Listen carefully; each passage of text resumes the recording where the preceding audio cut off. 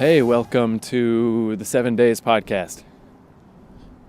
So for this week, this idea I had was I was listening to my MP3 player and a song came on. In this case, it was Rusty Rake by SNFU. And I realized that I've had that song like pretty much always on whatever music device I'm using. If it's ever not on there, it's not gone for long. And anytime it comes up in a random playlist of songs, I always listen to it. Like I don't think I've ever skipped that song once in my whole life. So that's where I got the idea that for this week, I would do 7 super amazing, crazy great songs. Now, obviously, music is extremely subjective, and chances are none of these songs you will like as much as I like, because it's just, it's whatever type of song works for you, and a lot of it has to do with circumstances in life and the way that you found a certain song and just what these songs mean and what not. But maybe you'll like some of them in some way. So, SNFU I didn't really know until I moved to the West Coast. And I became friends with this girl named Erin, who I did my very first ever podcast with. It was called Logorrhea. You can still find it if you go to keithcourage.com to the ham radio page and scroll all the way down. We did like 10 episodes and they're still there. So I met her at this coffee shop I worked at, and her boyfriend Derek was really into punk music. Isn't that weird, too, to think about people that you'll probably just never see again? Like me and him got along pretty well. We spent Christmas Day together, and I'm going to guess that was 2005. But even to see Erin again would be a bit of a trek. I'd have to make my way out to Victoria, and it'd be tricky. Surely I'll see her again someday in my life, but old Derek, the dude she used to date, I don't know. I don't have him on Facebook or anything. I don't even know how I would find that guy. Weird little pockets in your life. But yeah, this guy loved punk bands and really good punk bands. He had really great taste in stuff. And I went to see SNFU with him and Erin. I mean, we went and saw them a bunch of times. And then the singer, Chai Pig, came into the coffee shop, and I recognized him from these shows, and he would come in sometimes and I'd just give him free shit. He drew some pictures of me, actually. They're on my Facebook page. He just would sit around and just draw shit with markers and be like, hey, here you go. And I'd be like, awesome, here, have free shit. But they're a pretty famous Canadian skate punk band from the 90s. There was when they were really popular. But I think the last album they put out was In the Meantime and In Between Time in 2005 or 6. Still really good album. But going to see this show, I didn't know them at all, just sort of by name. And I remember me and Erin and Derek, we had to travel pretty far. It was pretty far outside of Vancouver. We had to take a lot of transit. But British Columbia Transit is awesome, man. You can get insanely far on back then I think it was $2. And I remember I was also dating this girl Erica at the time. As I remember on our long trip, I don't even remember where we were going to. Very vague memories of how we got there. It wasn't as bad as when we went to go see No Means No. That was even further away. But yeah, I remember texting with Erica because that night it was something, she was really involved in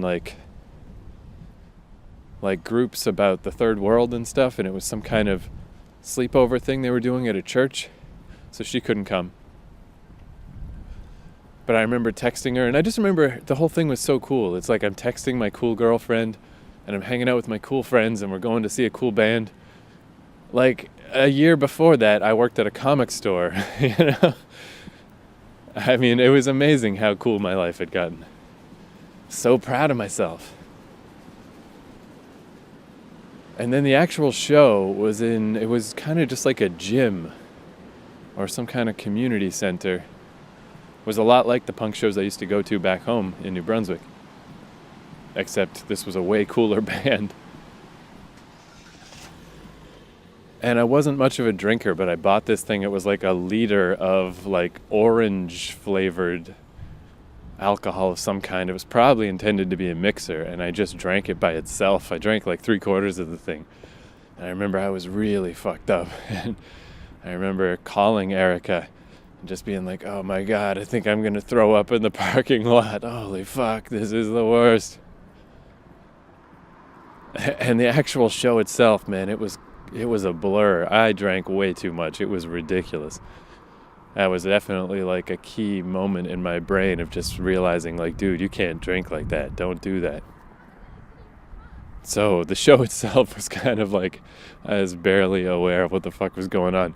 But I remember they had a merch table set up, and I asked Derek, I was like, all right, what should I get, man? And he ran me down the pros and cons of like every album, because, he just knew everything. But then he said, the one voted most likely to succeed was probably my best bet. It had Eric's Had a Bad Day and listed off some other songs. So I was like, yeah, cool. Give me that CD. And the very first song is this song, Rusty Rake. That songs always get me musically first. They got to get their hooks in me that way, and then I pay attention to the lyrics and stuff after. So I just loved the tone of this song. I love the sound of it. It's just this little like 2-minute song. And from there, like it's kind of a weird song. Slap my face with a salmon steak, like just some weird sort of shit in it. But the basic message of the chorus, it's not like I live on the street. It's not like I live in a war zone. It's not like I can't afford to eat. It's not like I don't have a home.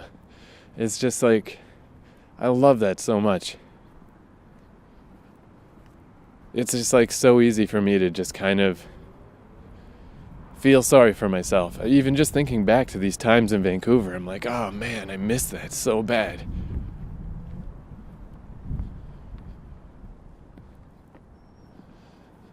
But, you can't go back. Those people aren't even there anymore.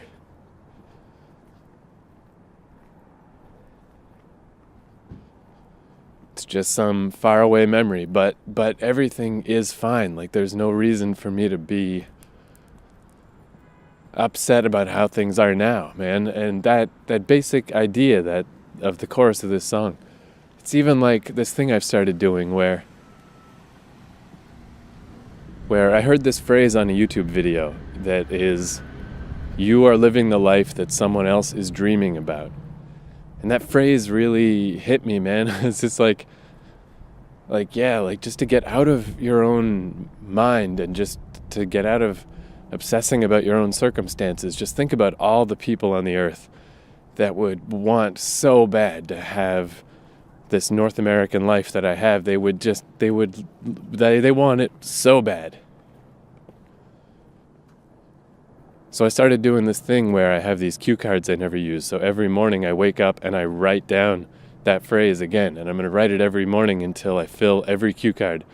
And my theory is that at that point it'll be ingrained in my head and I won't have to write it down anymore, I'll just wake up and I'll think that. And it'll help me keep my head on straight, You are living the life that someone else is dreaming about. And this song is like the musical equivalent of that phrase. I even remember, like, not that long after that, another year or so later, when me and Erica were broken up, and I still saw Aaron and Derek sometimes, but not as much because we didn't work at the same place anymore.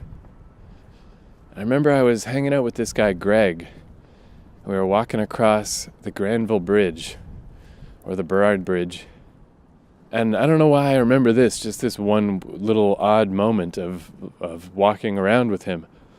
But I remember telling him about this song. I was like, man, have you ever heard this song? Just because I didn't have anything on me to play the song so he could hear it or anything. And that's always weird too when people are like, hey, listen to this song. It's like, dude, you really think this is going to sink in right now? In whatever circumstances that we're in? And I remember just telling him about this song and the chorus and just like, I don't know, Just a weird little memory that came into my head that got stuck in there. So that is song number 1 for this week. This is Rusty Rake by SNFU. One of the coolest songs I have ever heard.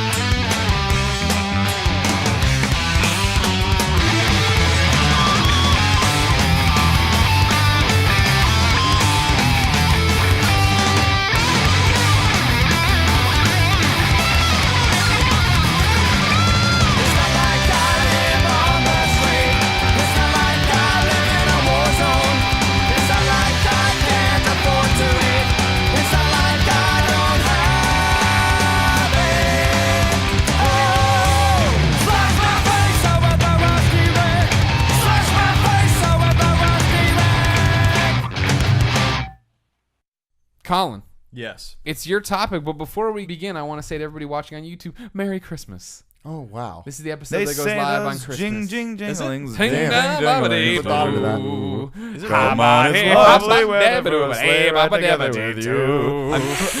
Tim, I'm crooning right now. You're crooning. I'm crooning right now. Yeah. The topic is this. I'm not sure how to eloquently put it, but I was thinking about going back to your childhood, but not like just going back and reliving random moments of any childhood, but like your own childhood, the things you remember and the things you would like to experience again, the things that make you feel warm and remind you of being a kid again. And like, when would you go back, and for how long and at what age? You can go back as little or as much as you want to just experience a day in the life, or a dinner, or a week, or a holiday. Nice. But in reality, what would you want? All right, I'll give you an example. Okay, I remember before my parents got divorced, I would come home from school, like kindergarten, first grade, second grade, go off the bus, and I had a Ninja Turtle like metal tray that they would put out like in the living room, and I would sit there and watch TV, and I would eat like a peanut butter and jelly sandwich. That's how my mom would make me, and then I would like just go and like play with my GI Joes or my toys, like my blocks or whatever, and like play a Nintendo game or something like that. Like I want to just go back and relive a day like that. Yeah. And a just good like day. That's nice. remember what that is.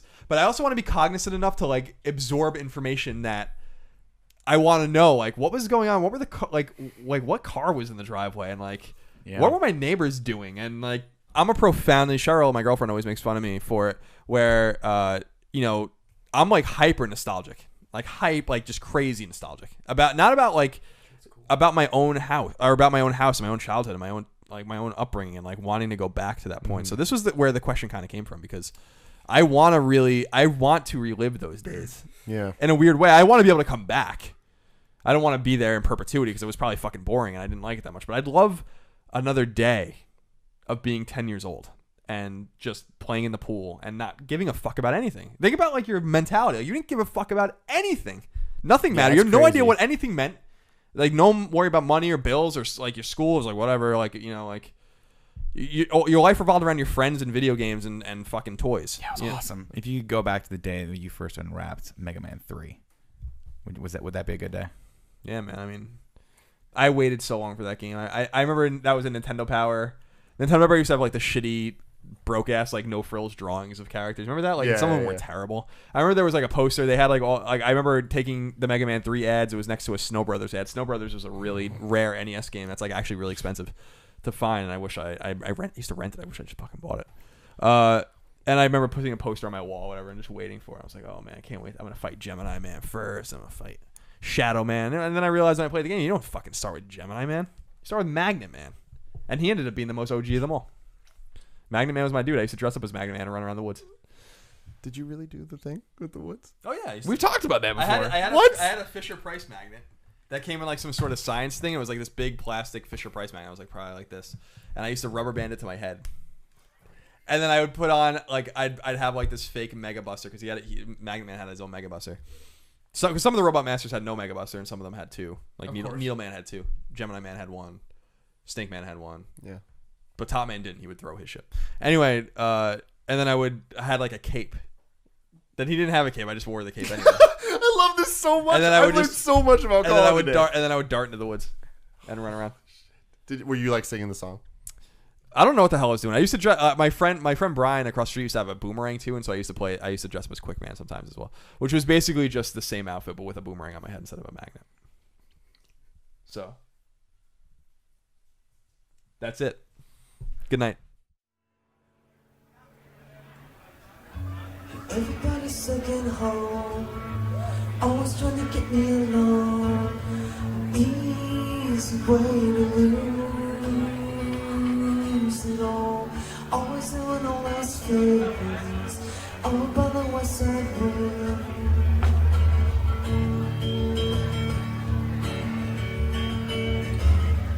I don't really need that now. Never really did anyhow. I only really needed alcohol, something that'd treat me okay. Wouldn't say the things you say. Please turn out the light. I get a sick confusion headache, trying to figure out who's right. Tripping on the silver strand.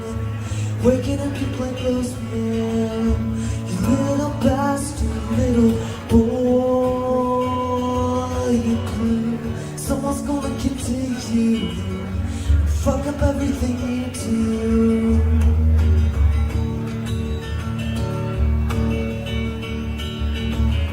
Some European son, mysterious with everyone, thinks he'll win you with his acting like he has no needs, wanting you to watch him bleed.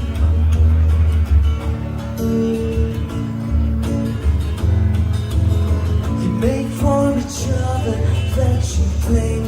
Any mind just goes to show might continue, will decline.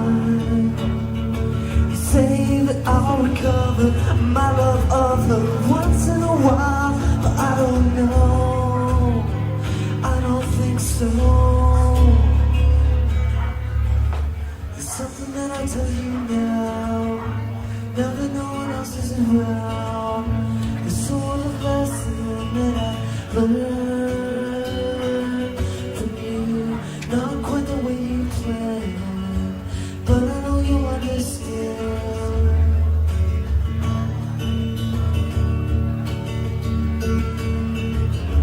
Someone takes a photograph, a picture while a sweetheart laughs. A perfect moment in a flash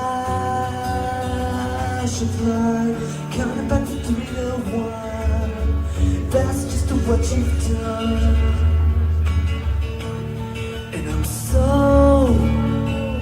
unsurprised. I remember why I dreamed black and white.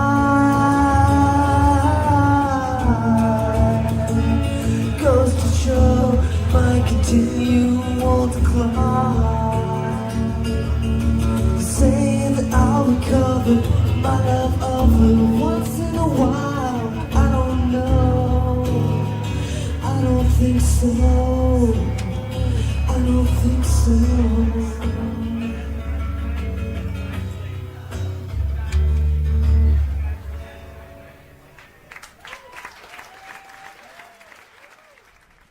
That clip was Corin.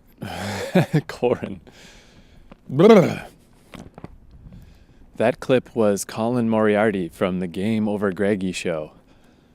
I just happened to be listening to that right before I left the house to take a little walk to record this segment, and since these songs are all nostalgic for me, I thought that was just cool. I was like, yeah, I'll throw in that clip. I really recommend that show, by the way. I love that podcast. It's Greg Miller and Colin Moriarty from IGN, and then Tim Geddes and Nick Scarpino that are like video guys from IGN, and they started this podcast. And I remember I listened to the first episode and I didn't really like it, and because they kind of didn't have their timing down, their pacing. Like, that's one thing when we used to do the old Vinyl Countdown show. It was really important that people, learn how to talk in a group dynamic and not talk over each other, because in real life, people can talk over each other and you can parse it, but when it's audio, it just becomes truly illegible. And it was Nick in particular, Nick Scarpino. He really did interrupt people a lot. It drove me crazy. But then I tuned back in once they got 15, 20 episodes deep, and I was like, oh shit, this show's actually really great. And what they do, I'm a Patreon supporter, so I just get the episodes early now, but what they do for free listeners that is actually really cool is the show format is it's 4 guys and they each bring a topic to talk about. So they split up the show and release it day by day on YouTube. Like, here's one topic, here's the next topic. And that's a really great way to listen to it, because it'll be, might be 15 minutes, might be 40 minutes, but it's like a manageable chunk and just like an interesting little thing each day. So yeah, the Game Over Greggy show, I recommend it. Very good. Just a really good mix of people. Very interesting shit. Just this is totally off topic and pointless, but just tech differences I've noticed. Like, as I'm recording this, I'm just editing last week's episode about the Nintendo DS. And it's like the two kind of best places to record are either outside, like I am now, because there's nothing for sound to bounce off of and it just goes off into nowhere, so the sound's really good. And at night, this is especially great because there's no traffic. But there's wind a lot of times outside. Tonight seems okay, but that's kind of the trade-off. And in the daytime, there's traffic and people and whatever, weird noise. But then inside, I learned this trick from a guy named Scott Sigler, who is he just releases books and as podcasts, like, to promote them. He reads his own books and puts them out for free, so people will buy the books. And it's one of those like counterintuitive marketing strategies, like, how do you sell more books? By giving it away for free, but he totally does. Or did, I guess. I don't know. I'm pretty far out of the loop. I don't know what he's up to these days. But he said the place he always recorded his podcast was in his closet with his clothes all around, and it just has this dampening effect where it absorbs all the sound. Like when you see people that have like foam on the walls or egg cartons or something. So that's the other place that just in the DS episode I did a lot of recording that way. But having yourself that close to the mic and that intimate and close, man, it picks up every little noise of your mouth like crazy. Like, it still does out here a bit, but it's not nearly as bad. The little snaps and pops and clicks that your mouth makes, fucking horrible. I hate them. I hate that sound so much. And I looked it up, and there's just really no good way around it. Maybe it's because your mouth's too dry. Maybe it's because your mouth's too wet. There's like no solution. It's just something that just fucks sound people in their ass. Horrible, horrible, horrible. Anyway, so today's song, yet another nostalgia thing. I had an idea for an episode of my XO podcast where I was just going to talk about sort of a similar type thing. I just went through a list of songs that I had played on my ham radio podcast. I have so many podcasts. And just put aside all my favorite ones. And I combined it or distilled it down into a top 10 list. And I think I always thought like maybe I would do that as an XO episode. Basically what I'm doing right now with this episode, and I just never did it. Didn't really fit for XO, whereas for 7 days, everything fits. It's just a journey through culture of just whatever I'm fucking in the mood for. So I found that list, and I was like, oh yeah, geez, these are some good songs, so I'm just going to pick from that till I hit 7. And today's song is Plain Clothes Man by Heat Miser. But really, it's just Elliott Smith. It's Elliott Smith's old band. Before he went solo, it was called Heat Miser. And probably my favorite Elliott Smith song is Independence Day, but I did an XO episode about Elliott Smith that you can dig up if you're interested, where I went through the album track by track, so I did talk about that song already. But Plain Clothes Man, basically Heat Miser was not a very good band. They were kind of unofficially a queercore band because the other guy in the band, Neil Gust, was gay, and it was just kind of like this aggressive kind of music that was just kind of what a weird thing for Elliott Smith to do. Like, they split up songwriting duties and Elliott sang half the songs. It was even weird for Neil Gust to do, actually, because his post-Heat Miser stuff, the little of it I've been able to find, isn't like that either, and it's way, way better. It's like, I guess they learned the lesson that you can be more powerful without being outwardly aggressive in the tone of the music. Things can hit you harder and be more meaningful and be cooler. So their final album came out in '96. It's called Mike City Sons, and at this point Elliott Smith had started getting pretty popular as a solo act. So that's what changed their style to be a little more in line with what Elliott was doing. And it's a really great album. Mike City Sons, 10 thumbs up, really great. But the greatest song on it, hands down, definitely, is Plain Clothes Man.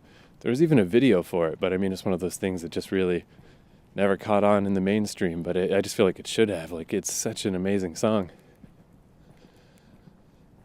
And I learned about Elliott Smith when he died in 2003, and then by 2004 I had moved to Vancouver, so I was still really into Elliott Smith. And I remember I had this CD player that would play MP3 CDs, so it's still like a Discman, but you put in the disc and, you know, it would have 700 songs on it or whatever. You could scroll through the folders and everything. And I was really strapped for cash when I lived in Vancouver, so I rarely bought CDs. I did buy Figure 8, but I had burned a CD of all the Elliott Smith stuff that somehow got lost in the shuffle right before I moved, and I just remember that always nagged at me, like, I can't believe I don't have that CD anymore, what the fuck? And it wasn't something I could easily replace because I didn't have a computer. I didn't even know anybody with a computer for a while. I remember I had this MP3 player that was like so tiny. It had like 20 megs on it. It could fit like 4 songs. And then you could put in an SD card. And I don't remember how big the SD card was, but it wasn't very big. So I would go to internet cafes and then fill up the rest of the space with just random songs from LimeWire and stuff. And that's pretty much what I was dealing with. So it took me a while to actually get all the Elliott Smith stuff that I wished that I had. And one of those things was Plain Clothes Man. It just at some point I got it, you know, from probably LimeWire or something. And again, just one of those songs, it's like, this is not ever being deleted. This is staying, even though I have such limited space, this song is staying here forever. It is never leaving. Man, I even had, oh Jesus, I had this laptop that I remember, I mean, I guess I still do that type of thing to this day, where I have a netbook that can't really play modern games and stuff, just because I find the easiest way to stay directed and focused in life is to just take away options. Like, don't make it a struggle. If I have to fight about, like, oh, should I work on something or should I play video games? If I can't play video games, the struggle is gone and there's no choice. And I was still doing that back then. But this laptop was ridiculous. It had to be plugged in. It had no battery. It had a French keyboard, and it was so old. It was like Windows. Was it Windows 3.1? Like, I think it was pre-Windows 95. And it used floppy disks. And that's so insane, but I mean, I just used it for writing, and I would put the writing on floppy disks, like 3.5-inch floppies, and you know, the computers back then, like convenience stores would just have a little weird room in the back where you could use the internet, and they would have slots for that, so I could just occasionally email my writing to myself to keep it updated. And then I would like sometimes if I was at a place really late at night, I would like download porn pictures and put them on these discs, which, you know, each disc was like 1.5 meg. It didn't fill very much. How insane when I think back to that.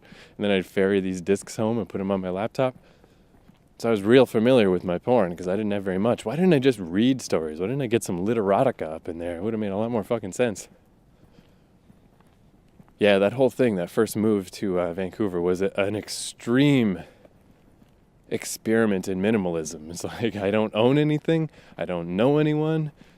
Boom. Fucking crazy. God, that was crazy. It was so fucked up. I mean, I look back at it as like one of the most exciting, coolest times of my life, but it was so insane. Like, just really fucking weird.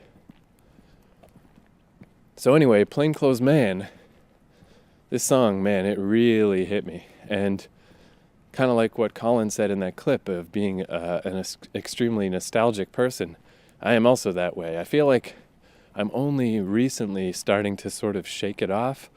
I'm starting to get really more interested in exercise and meditation, and the idea of being present and really, especially exercise alone, just really makes me feel so much more connected to the earth and like aware of where I am now and that this is important, that this is what's happening, you know, and not just always thinking about the past. But I'm sure I will always be a person that just thinks a lot about the past. And just kind of aimlessly pines for it, of just like, you know, you don't remember the bad stuff, you only remember the good stuff. You wish you could be back there, you wish you could have those good feelings.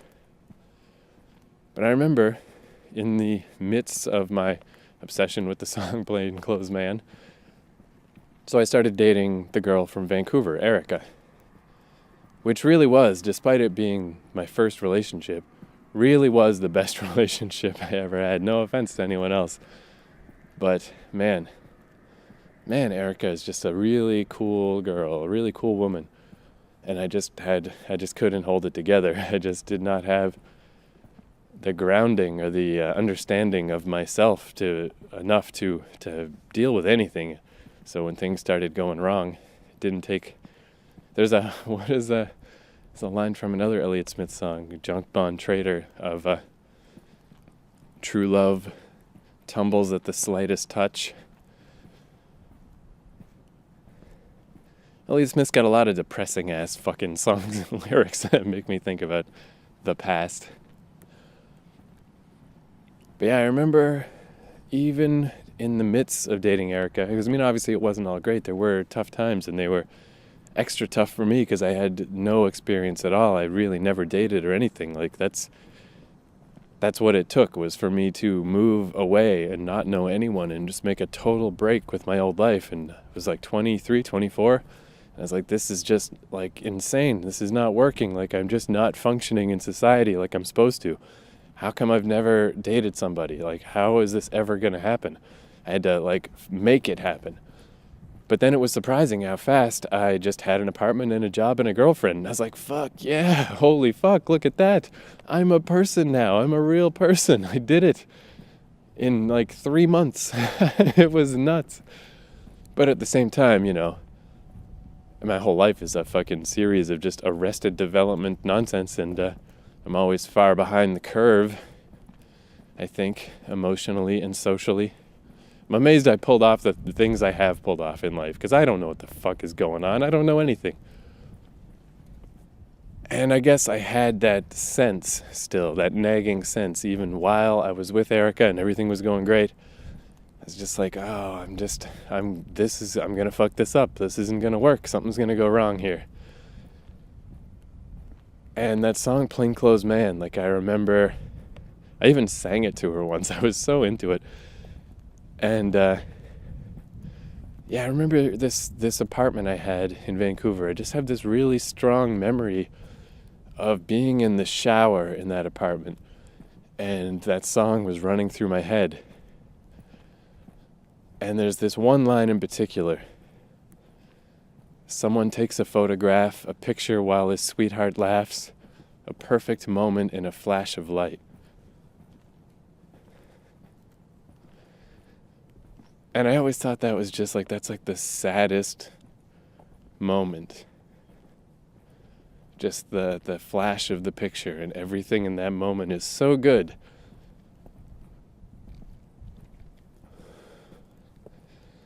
but you know it's not going to last. You know it's going to fall apart. You know that's not like the reality of things. And that's how I felt even in that moment or in that relationship, is like it hasn't even fallen apart yet, but it's going to, and it's going to feel so bad, and it's going to be like so bittersweet and, you know, whatever. I think maybe even that was kind of like the edge of just starting to discover, like, you know, when you're trying to pull up a piece of tape off something and you're like scratching at it and trying to find the edge of the tape. That was like the edge of the tape of like the beginning of me starting to pull on the idea that I have like mental problems, you know? Like, I don't mean to over dramatize it. I'm basically a normal person. I mean, almost everyone has some kind of mental problems, but I guess just the notion that like every problem I've had or every disagreement with people or anytime things have gone wrong in my life, it isn't necessarily just, you know, the world or weird, cruel fate or horrible circumstance. It is like, that was just the beginning of starting to see that it's like I think that's me, you know, I think it's me that is the problem that is making these things happen. I don't know, I heard somewhere that your prefrontal cortex doesn't finish forming till you're 25, so I guess that was about the right time. It's about time to start growing up. And now that it's 10 years later, I think I'm really starting to understand that, like, much, much more. Like, I'm starting to have this sense that it's going to be an uphill climb and stuff, but that there's some kind of light at the end of the tunnel, you know? That I'll be able to figure these things out and won't just spend the rest of my life in this kind of weird, semi-depressed haze, just kind of causing problems around me and having weird stuff happen in my life and just being vaguely nostalgic and down in the dumps. Like, I think I can not, you know, make this never happen, but I feel like I'm on a path to make it a far smaller part of my life. I don't know, even just that I can talk about this stuff and these memories and, oh, the sadness of this and that, and it just, I mean, it gets me a little. I definitely feel it a little bit in the back of my throat. But it's not just something that bowls me over. It's not something I can't talk about. It's just like, it seems more integrated. It's like, yeah, well, this is just life, man. This is how life is sometimes. And it doesn't seem like, yeah, something that is just pinning me down.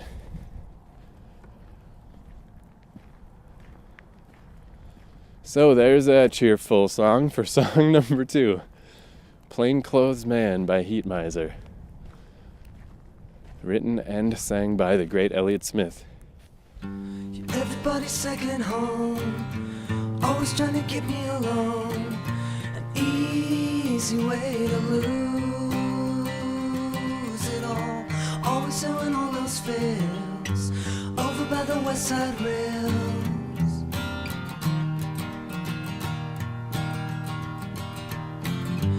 I don't really need that now.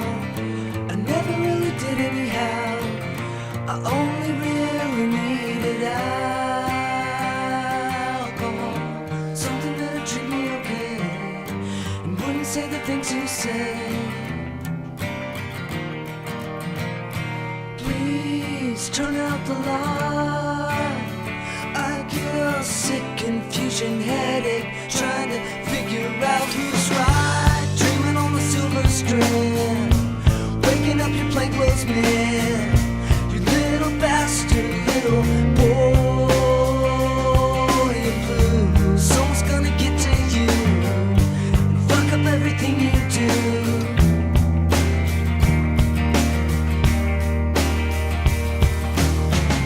Some European sun is furious with everyone and thinks he'll win you with his angry kiss, acting like he has no need. Watch him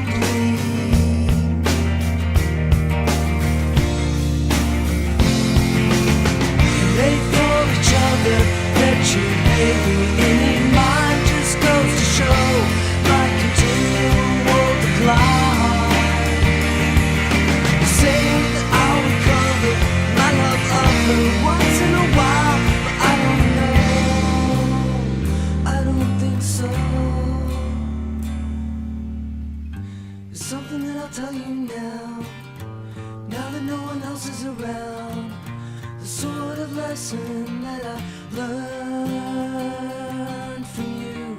Not quite the way you planned, but I know you'll understand.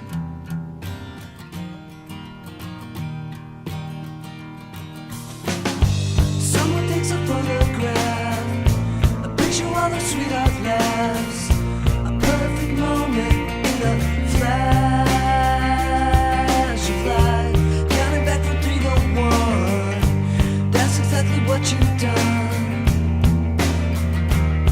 and I'm so unsurprised.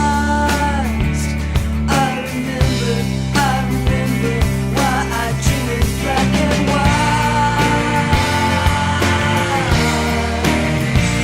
'Cause the show might continual decline.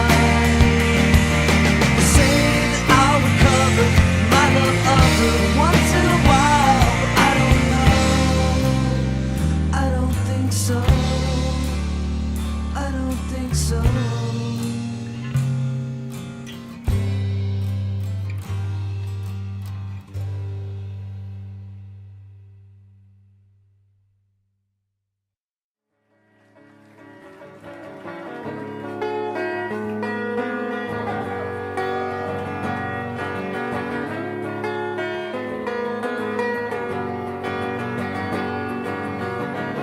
Got me watching your eyes, watching things go by outside, out the window of a train. Easy sipping, I'm just seeing it fly left to right. Pour the milk and I'll say when. I'm not wandering around. You're just one thing I found.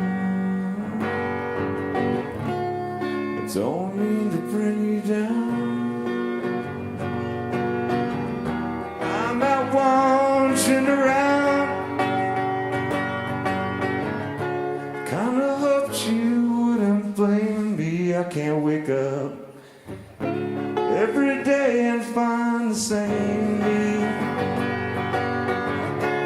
You can scream, but I'll just dream. Now you might disappear. Thank you, dude. All I know is it's never clear. It was rattling. I can't hold you near. You just are not here. Though it wasn't hard or far, I walked you to your car.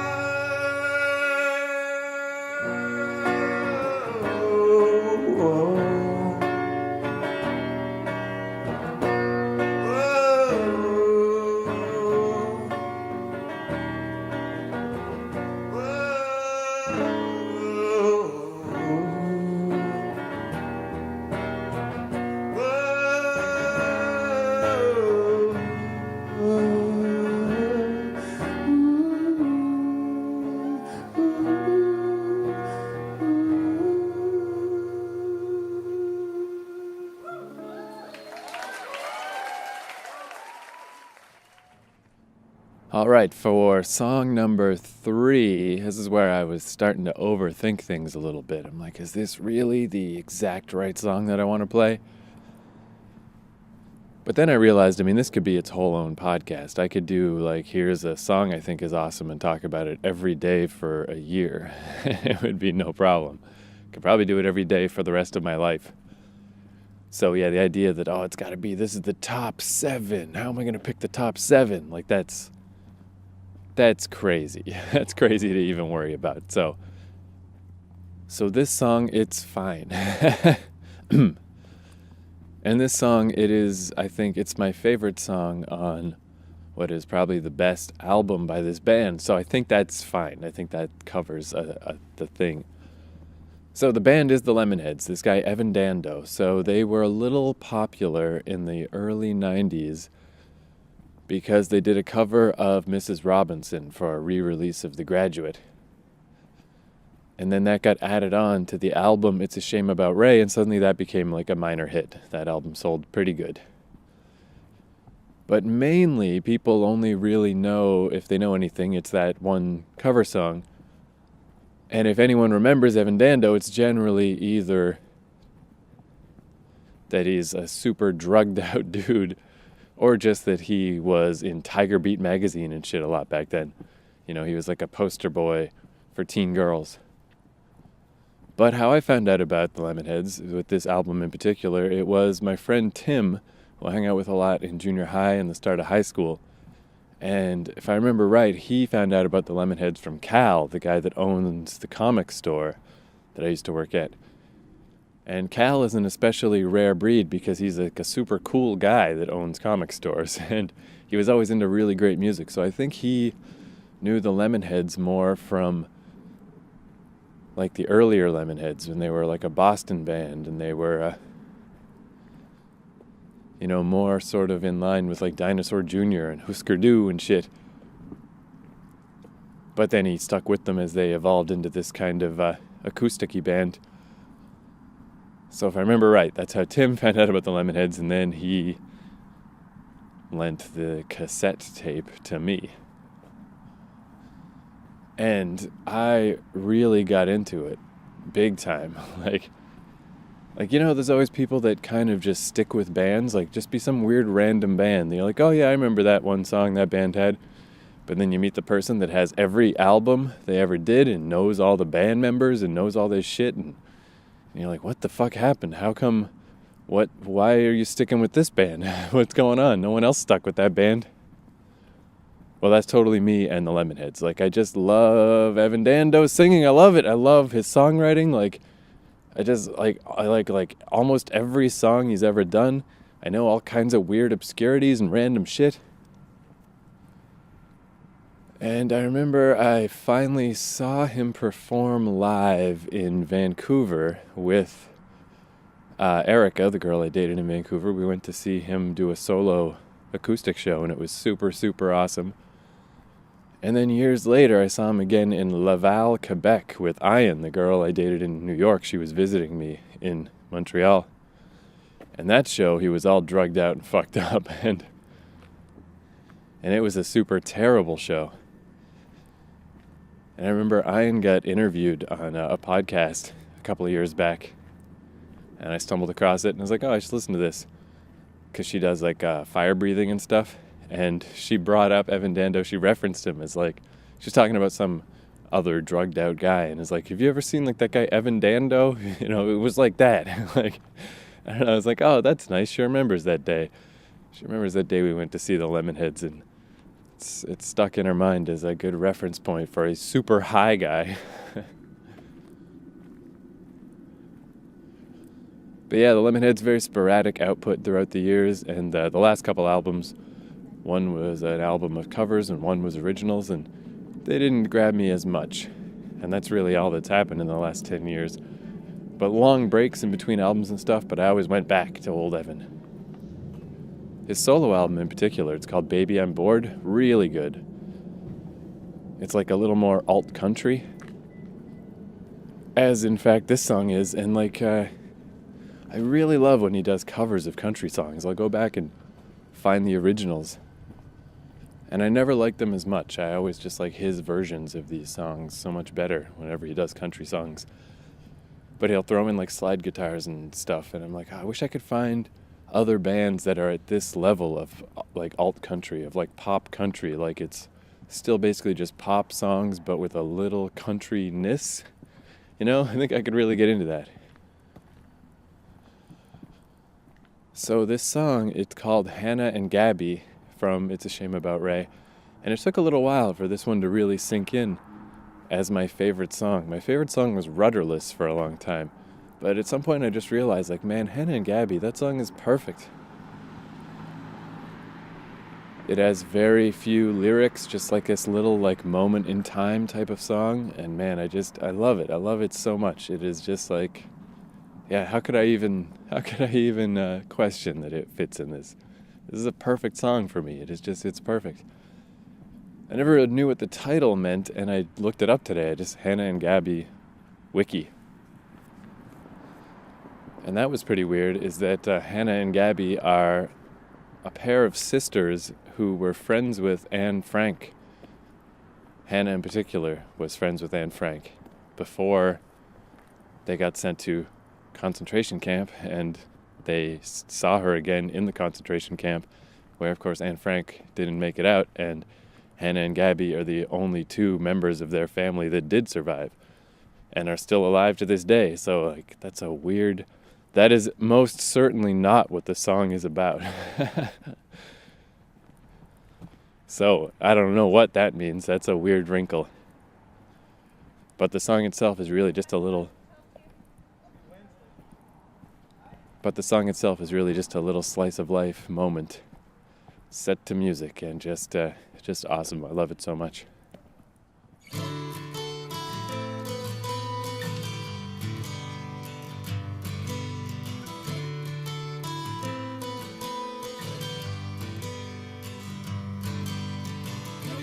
Got me watching your eyes, watching things go by outside. Out the window of a train, easy sipping and just seeing it fly left to right. Pour the milk and I'll say when. I'm out wandering around. You're the one thing I found. I don't mean to bring you down. I'm out wandering around. Kinda hoped you wouldn't blame me. I can't wake up every day and find the same me. You can scream, but I'll just dream how you might disappear. All I know is it's never clear. I can't hold you near. You just are not here. No, it wasn't hard or far. I walked you to your car.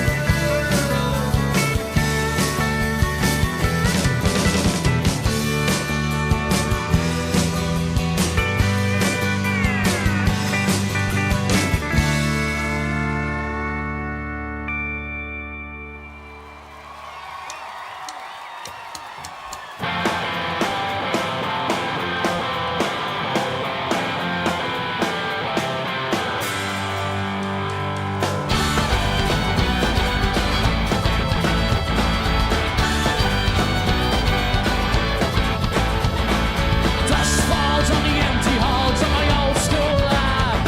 When the memories fade like the casualty in a forgotten fool lab. Now the wide-eyed has become the blind, unspoken rule lab. Deeper only, deep is now the word lab. The lesson's not the answer you once heard. Don't turn your back on me, don't ever let me down. She said I'd pick you up each time before you hit the ground. That selfish face is now erased if someone mentions you. And the darkness that you left is all but stepped aside. With disappearing clouds, the sun arise. Within a mile of home, within a mile of home. Worry, oh my worry, has it been that long? The whistle keeps on blowing, but the tune's long gone. His empty frame cannot explain, there's nothing left inside. So sing to me a song.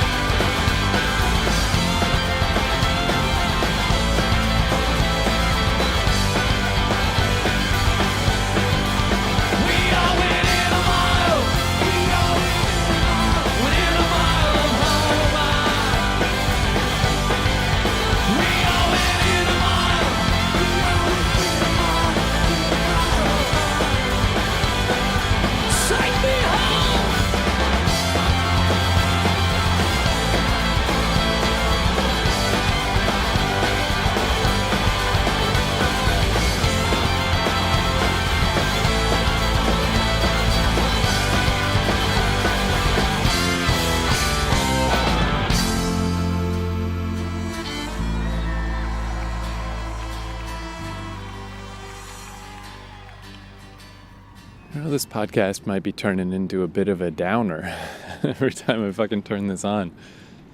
I guess it's sort of inevitable, right? Like, if it's songs from your past, I mean, there's going to be a certain level of melancholy involved with thinking about your past. I'm staying at my friend Matt's place. Him and his girlfriend went away for Christmas, and they gave me the keys to their sweet apartment. And it's really cool. It's by Davisville Station in Toronto, and it's like a really fancy place. It totally reminds me of BioShock 1 or that place Tenpenny Tower in Fallout 3, the fancy building where all the people lived and wouldn't let the ghouls in, trying to live a fancy lifestyle after the apocalypse. So yeah, it's cool to be there. It's like a nice change of pace for the week. And like, he's got his computer hooked up to a great big TV, and I can play fucking video games and watch Netflix, and I got all the mod cons. But it is weird too. Everybody's leaving town for Christmas, and just, I mean, I guess I talked about earlier, me and Derek spending Christmas together in Vancouver. I've had some pretty weird Christmases. Like, I could have gone home to visit, but I was just there. And it's like, whatever, it's just another week, but you know, it is a weird week. It is a weird feeling, Christmas time. People get like seasonal depression and shit, like extra bad at the holidays. But also, I just took a little nap and I just woke up from this dream where I was just dreaming about people that I used to know, and it's like, like that is such a weird feeling. It is like, oh fuck, they're right here. And it was like a bizarre sort of dream scenario, you know, where nothing was quite correct or proper, and the people didn't really act like they really are. But still, you're just like, it's like, whoa. Like, I guess that's the closest thing to just having them here, and it's like, it's a weird feeling, man. It's hard to shake off. So I had a few different songs that I could pick from today, but I decided I'm going to go with Flogging Molly today, Within a Mile of Home. I first found Flogging Molly on, it was this like DVD compilation that I got from somewhere. I don't know where that came from. But I used to play it at the comic shop, and the Flogging Molly song was that song, I'll Never See the Likes of Him Again. Here's to you, I sing for my daddy-o, as I lay him down to sleep. It's been so long since I saw my daddy-o. Hope he's watching over me. I didn't like it at first, and then as I watched that thing more and more, I should really try to find that. I remember there were some other songs on there I really liked too that I don't remember anymore. But yeah, once that song hit me, it really hit me hard, and then I got the first 2 Flogging Molly albums, and I listened to them like crazy. I listen to them all the time. It's really like Celtic kind of music, which, even though I'm from the Canadian East Coast, which is a lot of Irish transplants over there. I mean, the Newfoundland accent is basically Irish. But I never got into that style of music besides Flogging Molly, but I loved Flogging Molly so much. And then their 3rd album, Within a Mile of Home, came out while I lived in Vancouver. And I remember I went to see them live, and it was one of the first big live shows I went to in Vancouver. I remember that band specifically. I would always think, like, it was just, like, bands never came to Fredericton, New Brunswick. Like, why would they? Very rare. So I would listen to, like, live albums and kind of imagine what shows were like. I didn't even have a good vision of it, really. Like, is this in a place with a roof? Or, like, a lot of times concerts on TV are just like great big outdoor ones, so I would kind of envision that a lot. When I learned later, like, these were all indoor venues. And I remember Flogging Molly in particular. I just had this little, like, fantasy of, like, seeing them in Boston always came to mind. Because they're not from Boston, they're from San Francisco, I think. Somewhere in California.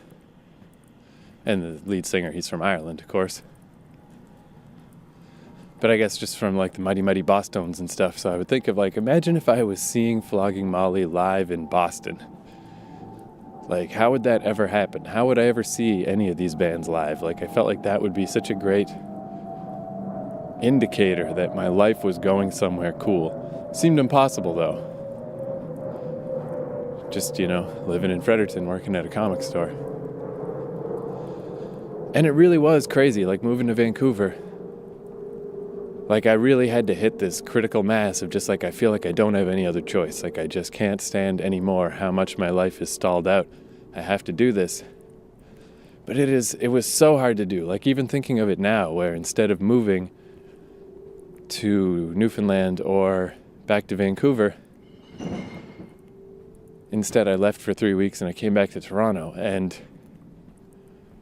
even with the support structure I have in Toronto and the people I know in Toronto, I still feel like, oh man, like this is just rough. Like I'm going through these weird times in my life. And like the YouTuber Elliot Hulse says that when you're really changing and kind of evolving, it's not that different looking from like a nervous breakdown, The old life has fallen away and you gotta fucking figure out the new one.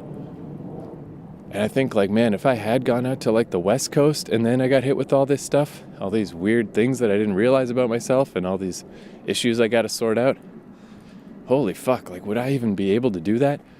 Because those early months in Vancouver before I knew people, they were crazy. Holy fuck, they were hard. Like, I was just thinking about it the other day. Like, I think, like, the best analogy is it's like you're just holding your breath. There's no air and you're just holding your breath and you just gotta hope you can hold it long enough until you get to the next air pocket. That's what it felt like, because like it's so crazy lonely to not know anyone. And I was still kind of working under the impression of like Ayn Rand books and stuff, where the comfort in Ayn Rand's books is that idea that you can do things on your own. That you can just be a wild, rugged individualist and you can make it through life that way. That was, I think, the main attraction I had to those stories.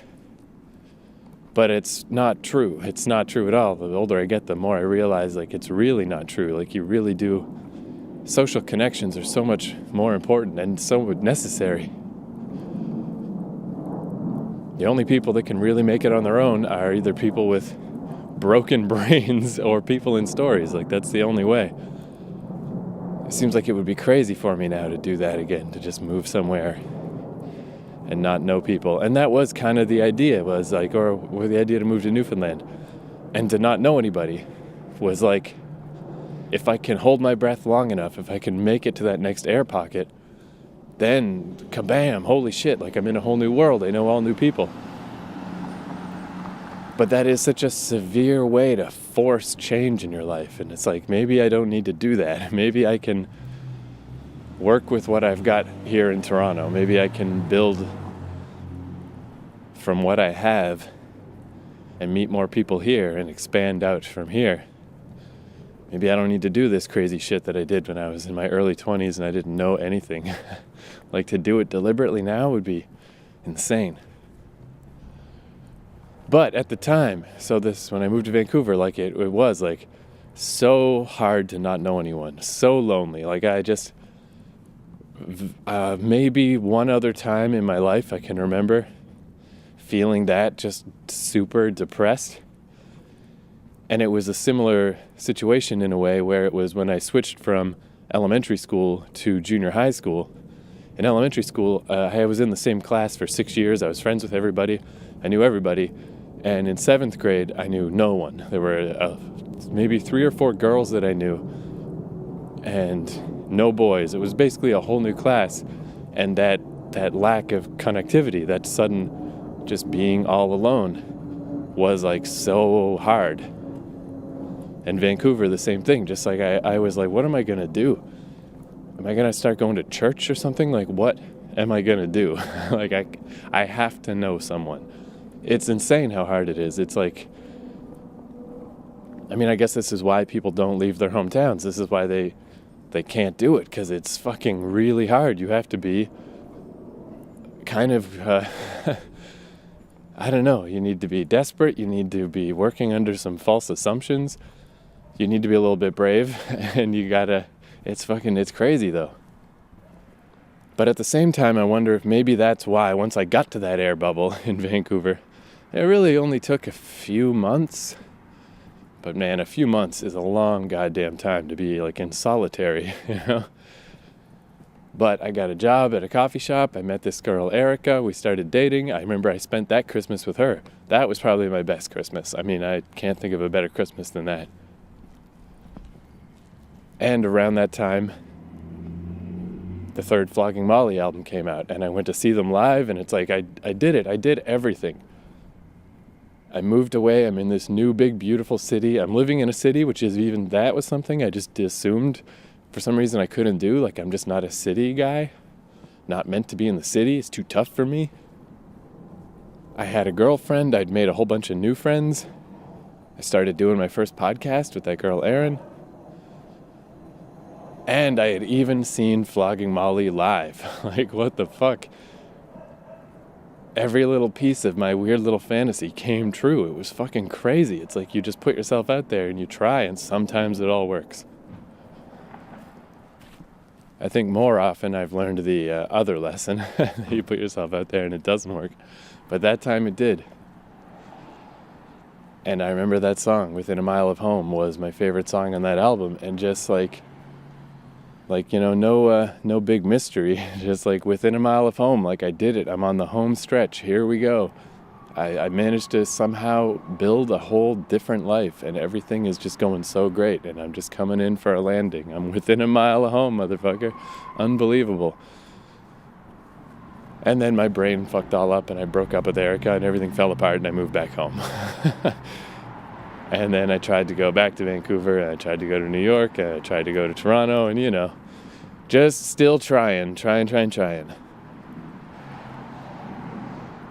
But yeah, those memories, man, of that Vancouver time, holy fuck. Going to see Flogging Molly and just all of that. It's goddamn amazing. So this is Within a Mile of Home by Flogging Molly.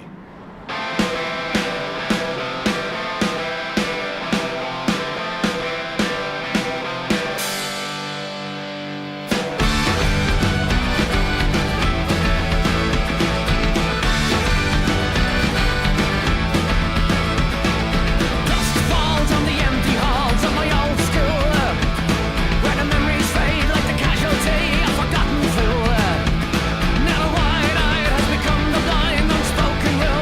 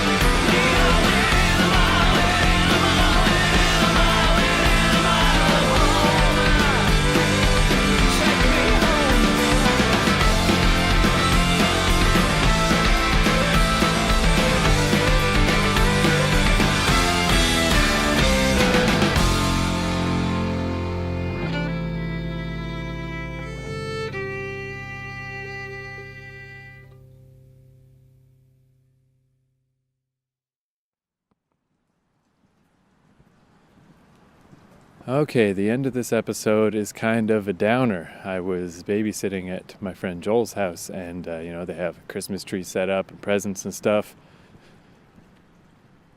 And after I put the kids to bed, just being around kids and Christmas and all this stuff just made me think a lot about being a kid. And it gets pretty depressing, so I guess I'll warn you right now. But to help explain this little jump, there's another clip I'm going to put in here. This is the intro for another episode of 7 Days. All I did was record the intro, and I never recorded any more for that episode yet. But just how a couple episodes back it was all about Dr. Mattei talking about addiction and about how your brain develops when you're young. And then thinking about that led me to this clip I'm going to play now. And then thinking about that led me to the end of this episode on Babysitter Night. All right, well, thanks for dinner, and you'll be in touch with me.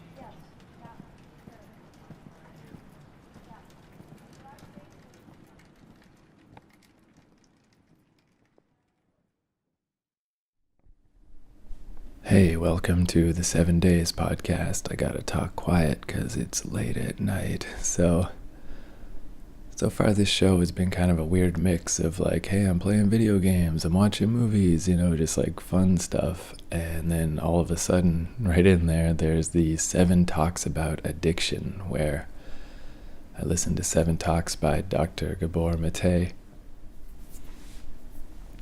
where it was searching for information about addiction is how I found him, but a lot of his talks are about how the mind and body are connected and that we can't exist separate from our environment.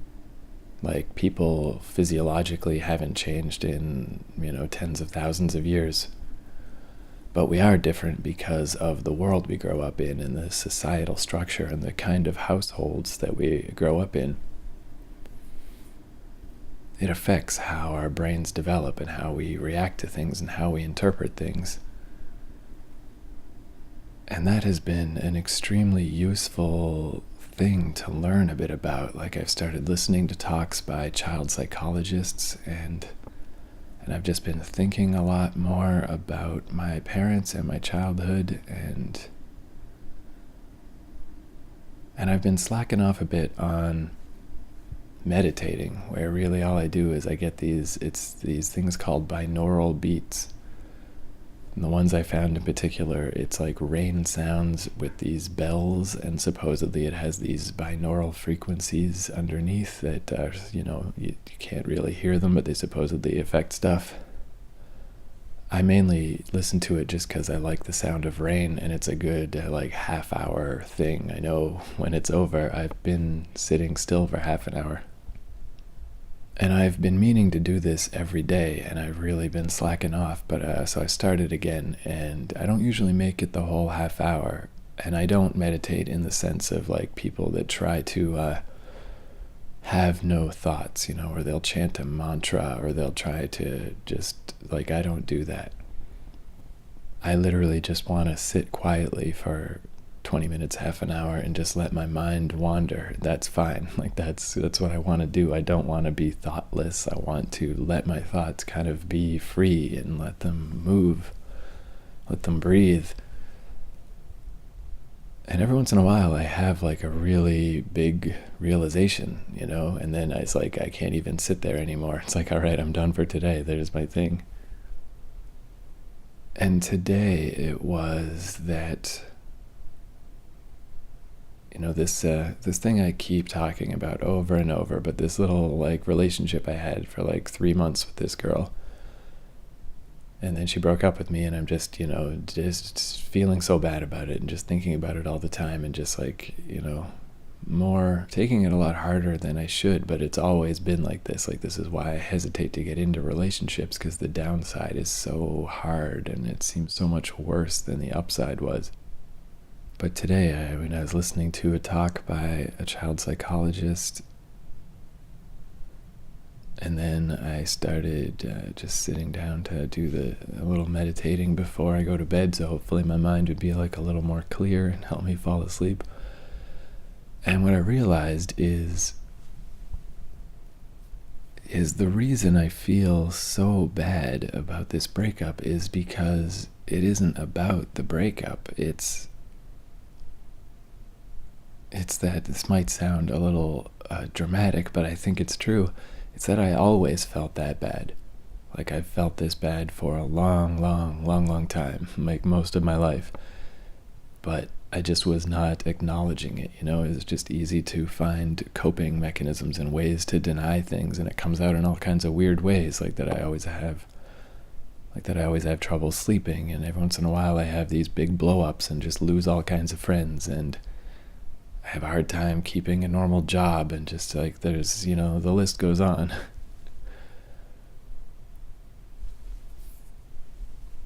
And that's one of the things that comes up a lot in these talks I've been listening to, is the idea that running from pain, the saying is the easiest way to get to hell is to try to run away from hell.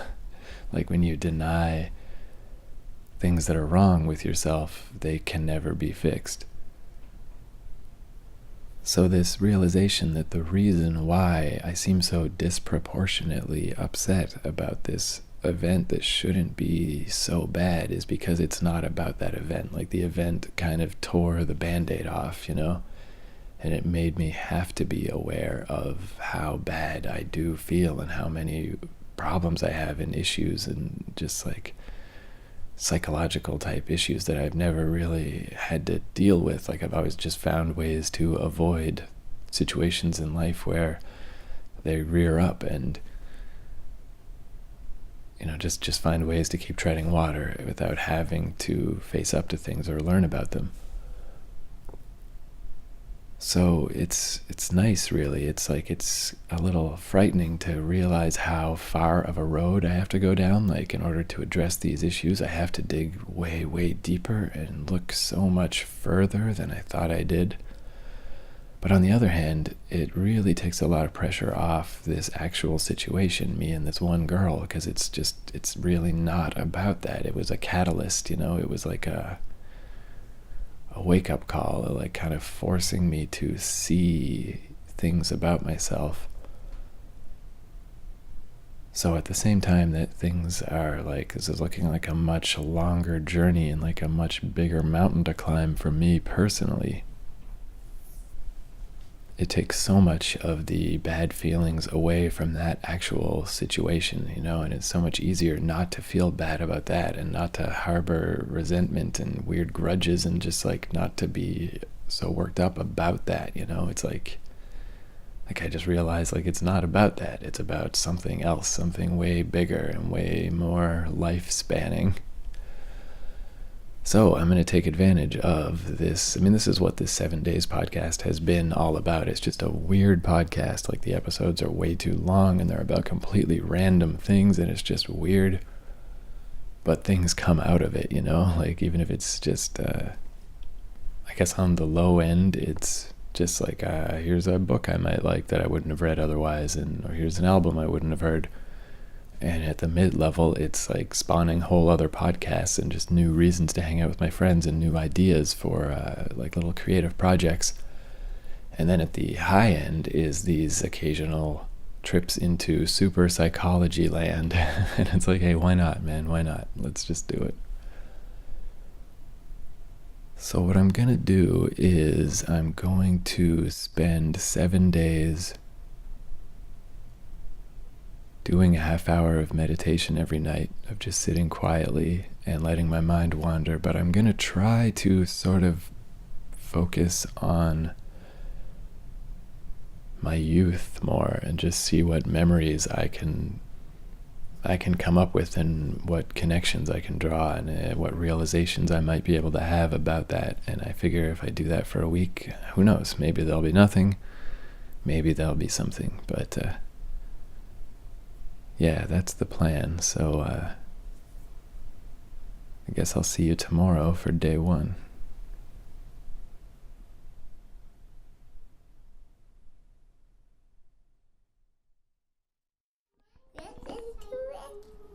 We're just going to talk.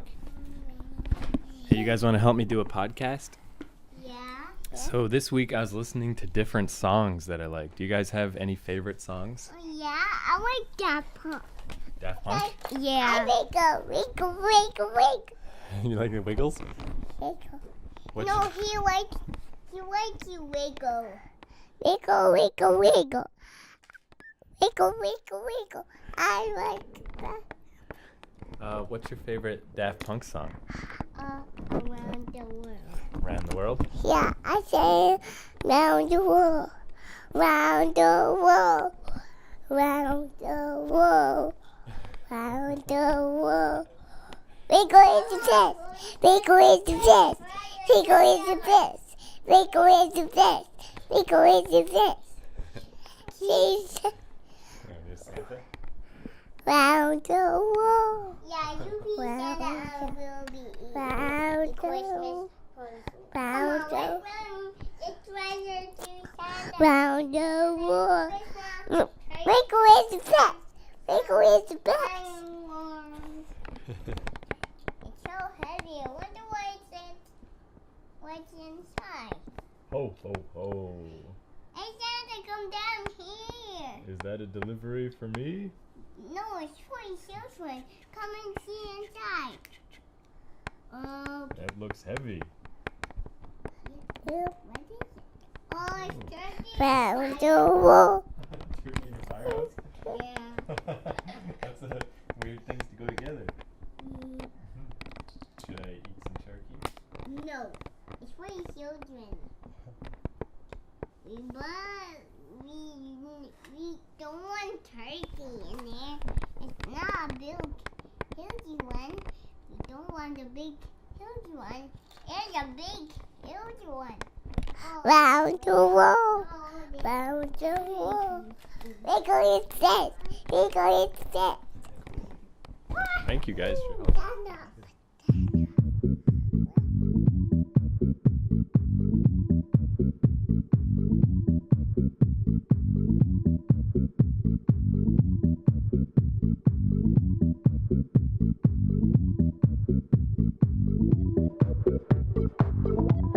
Around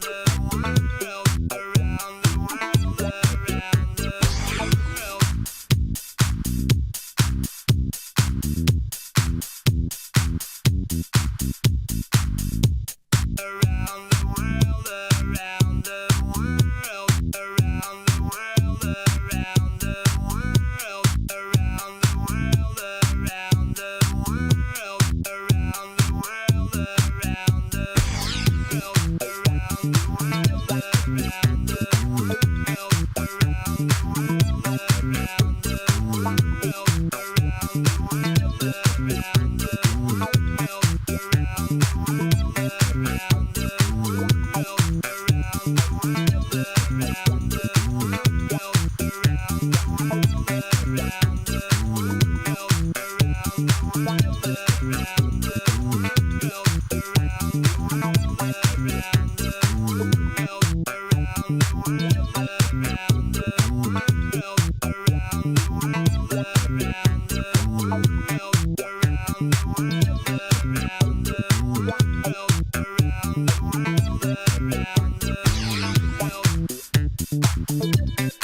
world,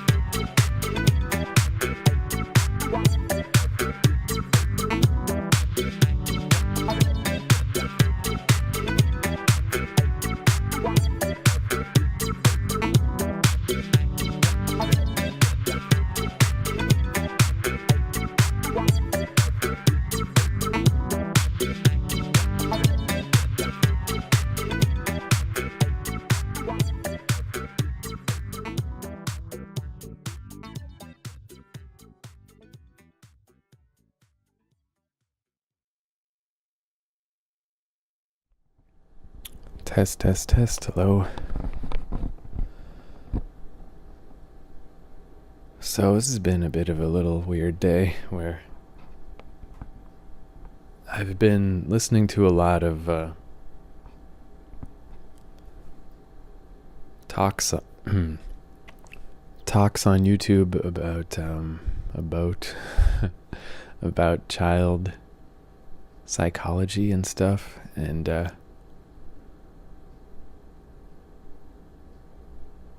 just sort of like about how kids work, and about how like when kids get upset and they are just kind of out of control of themselves, how parents like need to step in like for their amygdala that's not developed yet, and like you have to take the place of just these different skills and abilities that kids don't have. In particular, there's this woman named Jennifer Kalari that talks about the CALM technique, which confused me for a little bit because I thought CALM was an acronym, but it's not. It's just being calm, but it's always written in all caps. It's a little weird.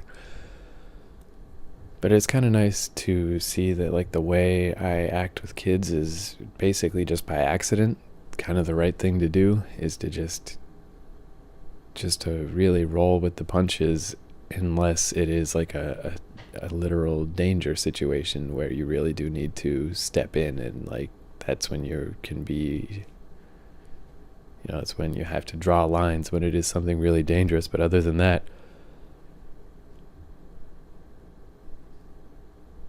she talks a lot about a technique called mirroring, where it is just and it's not just with kids, like it works with grown-ups, it works like crazy, where it is just acknowledging how the other person is feeling and just letting them kind of come around. Like if you deny how they're feeling, then it just turns into an escalation of like, I need to make this person understand, or a frustration that they're not getting it. And if you can just, like she was explaining how you do that with babies, you just mirror back what they're feeling, what they're expressing, you do it to them, when they're happy, you smile back at them and they see that that's how it works. And this emotional feedback loop, and just, it can just calm the storm of someone getting mad. And I don't know, it's amazing how much of this stuff, even when you're talking about children, like, is still very applicable to adults. I remember the last time, I guess I lost my temper once pretty bad when I was back home, but the last time I did in Toronto, man, it was totally like when she describes, like, these kids are just sort of not in control of themselves anymore. And it was absolutely like that. It was just like, I'm just on a rant, I'm just angry, and it's like, I don't know, it's amazing, I guess, how much and how long arrested development can last for, man. It's just forever. It just never stops. But yeah, in particular, she does talk a lot about the notion of, in older models of parenting, the idea was to, like, neglect your kids so they don't turn too soft, and I mean, it's very evident that my dad was raised that way just because of the way he is. And it's less evident with my mom, but I mean, she obviously was. She had like 11 brothers and sisters in this little, like, I don't know, my grandfather worked for Canada Customs. Like, they didn't have any money. So have any kids and no money, like, is an absolute. And my grandmother on that side, she was pretty hardcore. So yeah, clearly, that household is just not conducive to anyone giving a shit about you at all. But it's weird to, like, it's hard to know these things about your own life. It's hard to see them. And, like, I have memories of, like, my mom taking me and my brother to, it was this old dam in Marysville in Fredericton, just before they finally tore it down. It was already half down. Before it was down for good, like, we went out and we had a picnic just to go see the old dam because she used to live by there.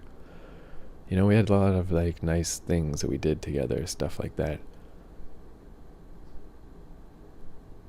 But I did always, even if I don't have clear memories of it, like, I always had this sense that the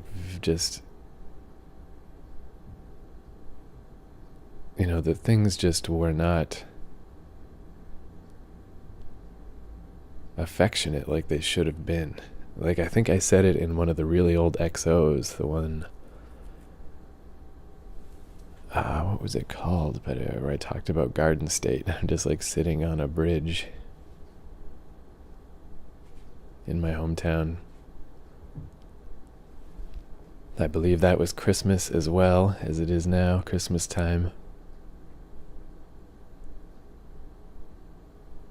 But yeah, I think I referenced, like, getting in a fight with my mom about her not being physically affectionate to me when I was a kid. And it's like one of these things, like, it must have been, ages for me to, like, bring that up, or just, like, a bad situation must have happened. But I'm sure it was eating at me, but I, like, wasn't sure about it, or that I should care about that, because I kind of bought into the same thing. Like, am I just some kind of wuss? Aren't I supposed to be independent or whatever? And that little argument certainly didn't go anywhere. But I remember, like, when I went to Vancouver and I hadn't seen my mom in years, literal years. And then when I came home to visit, like, I could have left without her even hugging me. Like, I had to initiate that. And then it, like, almost made her cry just hugging me. Like, oh, it's like all the work has to come from my side. And I just... And I guess hearing all these child psychologists talk about this stuff, it's really evident that this has had an effect on my life. Like, it's a weird way to raise kids. It's not the right way to do it. And again, it's not like blaming anyone. They did the best they could with what they knew, but that's how they were raised. And that's, they didn't have the luxury of YouTube videos to just, like, study things. Like, they didn't have any way to know this stuff. And it would probably be hard to do even if they did. But yeah, these talks really make it clear that if your kid feels more secure in his relationship at home, in his relationship with his parents, that actually makes them more independent, like less afraid to go out into the world. And just that basic bonding that happens, like it happens on both sides. It's like when you're mirroring with someone, you know, when you're acknowledging their experiences and you're empathizing, like it releases the same chemicals in your brain as it does in theirs.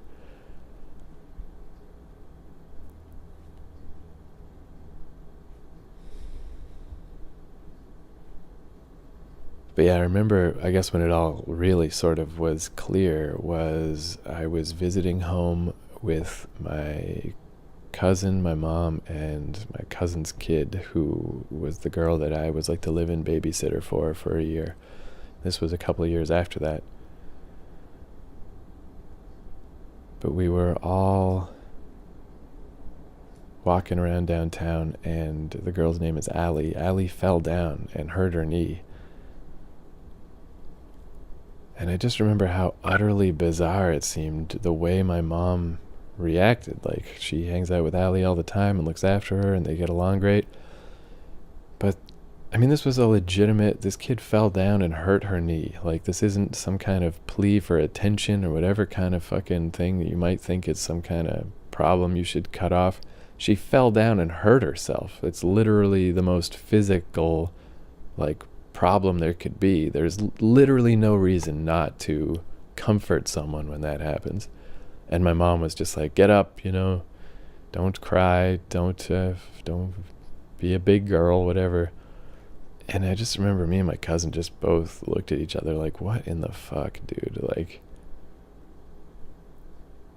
and man, it brought back so many memories of like, oh, like that's really how it was.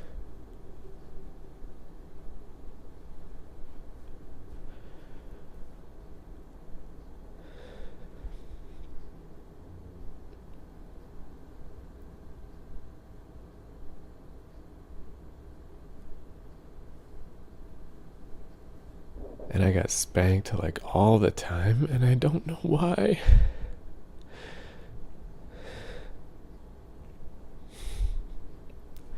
I was not a bad kid. Like, what could I have possibly done?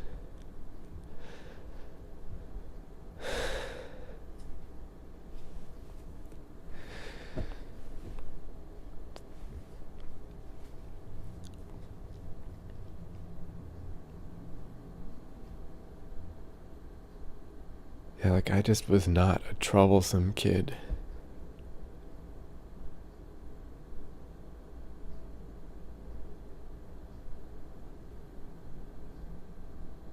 And again, like maybe you can make an argument if it's something like real important, like don't run into traffic, don't touch a boiling pot, or you know, whatever. But man, I mean, I got spanked all the time. And my personality was basically like it is now. I mean, I'm not a troublemaking person.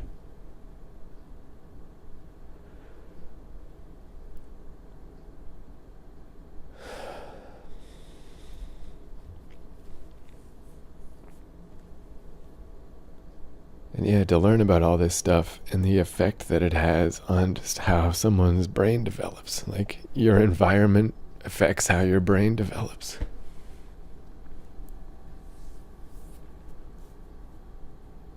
And I think it helps explain quite a bit about just how I am as an adult, like why I have such a hard time. I don't know, like the whole going to university, getting a job, I couldn't do any of that stuff. Just really have a hard time conforming to authority of any kind, you know, whether it's good or bad. And just, I always had this, like, I'd always just walk around and wish someone could see me, you know, or like see what was happening in my life. Like, if I just would imagine like a bunch of people in a movie theater or something, just seeing what's happening out of my eyes or whatever, with maybe some sense of like a little bit of what was going on in my head or what song I was listening to or something. just wanting to be visible. And I'm sure like going to New York and being on a podcast, and it's still like I don't know, that whole part of my life, it doesn't even feel like it was me. It feels like some other person. But it's like, you know, trying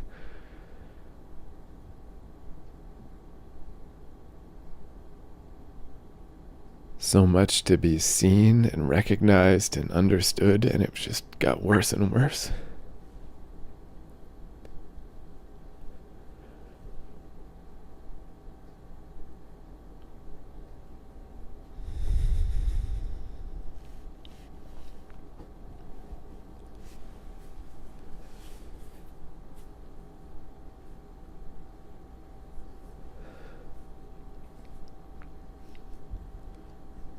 And stuff like this girl, this little relationship I'm always talking about, it should not be this big of a deal. It should not be this hard to get past.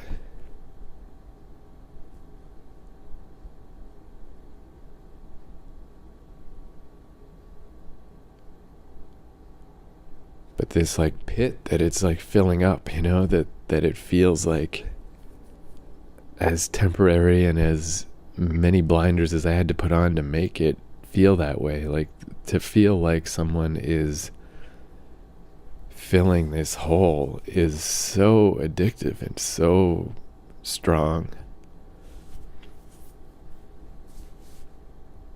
And it's like I can't have a normal relationship at all. Like it's so desperate.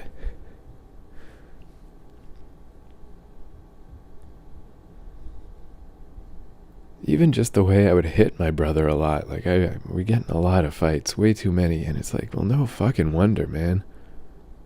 If I was just being ignored and hit all the time, what am I gonna do?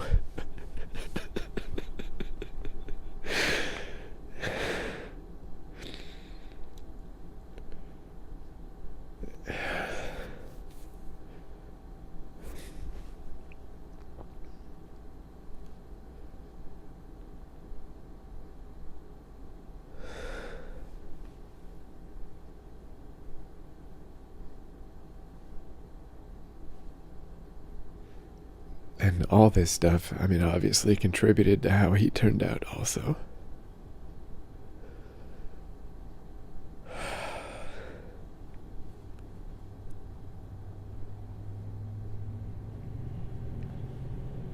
But I'm glad we seem to be in a more aware world, and just a world that's information is more open and easier to like accumulate and easier to learn stuff. I don't know, I mean, I never felt like I had to follow whatever happened before on any level. And I mean, like with like spanking, like for fuck's sake, like with that shit. But like in that time I looked after Allie, I remember one time it was just, I don't know, we were supposed to be taking a nap. I mean, I guess it was just I needed to take a nap. Obviously she didn't really, so she was just squirming around a lot and would not lay down. But I had to keep her with me if I was going to lay down because, you know, there was no one else around. And I got kind of frustrated and I gave her just like, it was the most half-hearted little spank, just like on her diaper. It was like, it was nothing. It could not have possibly hurt. But it was still so strange, like so bizarre that she just stopped and she looked at me and she just said, "You spanked me." And I just kind of went like, "Yeah, I know, right? Sorry. Like, I'm sorry. That was weird." That's it. That's the extent of passing on that cycle of fucking nonsense.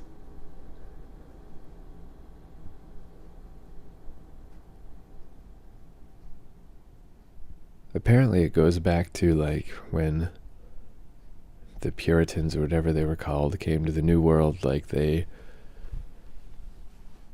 thought it was weird that the natives didn't hit their kids, because how would you ever discipline them, you know, like all this weird religious shit. So I don't know, it took 400 fucking years or however long it's been. Longer than that. What's the little rhyme? 1482? 1492. Thank you, internet.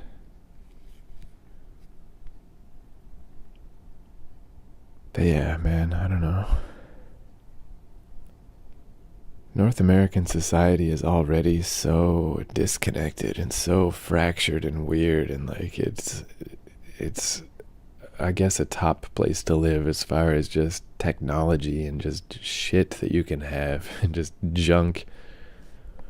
But as far as actual connections and fucking normal social units, it's a goddamn super disaster. It's like the fucking worst. But it's nice that things seem to be turning around, and it's nice to know about this stuff, and just to have an awareness of it is such a huge step towards anything being different. It's nice to know that, like, I don't know, it makes me feel less crazy that, like, it's not really about that girl. Like, that's not the situation that has made me feel this bad for this long. It's that I felt this bad the whole time. You know, this has been just repressed. Like, this is just like pulling the Band-Aid off of something else. And it's obviously a great big crazy thing to try to deal with, but it does make a lot more sense. And it does seem a lot more manageable, even though it's bigger, you know? Like, it just is such a weird feeling. Like, anytime I break up with somebody and it's like, how does it feel this bad? Like, this is insane. How is so much of how I feel based on some other person? Like, it's insane. It's totally crazy.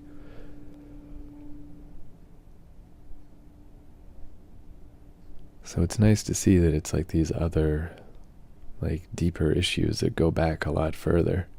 I mean, they go all the way back. I even remember my mom telling me one time that apparently after I was born, they took me straight away to whatever little unit they put newborns in. Whereas with my brother, they, like, forgot, is what my mom said. And, like, she just had my brother for like the first couple hours, just holding him, and then they came and got him. I guess it's some weird, I don't know what the fuck, Catholic nonsense, fucking East Coast Canada bullshit society, I don't know, that's like, just don't bond with your kid when it's first born. But that she had this theory that that's why my brother was extra clingy, and like that was a bad thing that had happened. It's fucking bananas, man. I don't know if my brother was more clingy, it's just that he showed it more. I certainly still felt that way.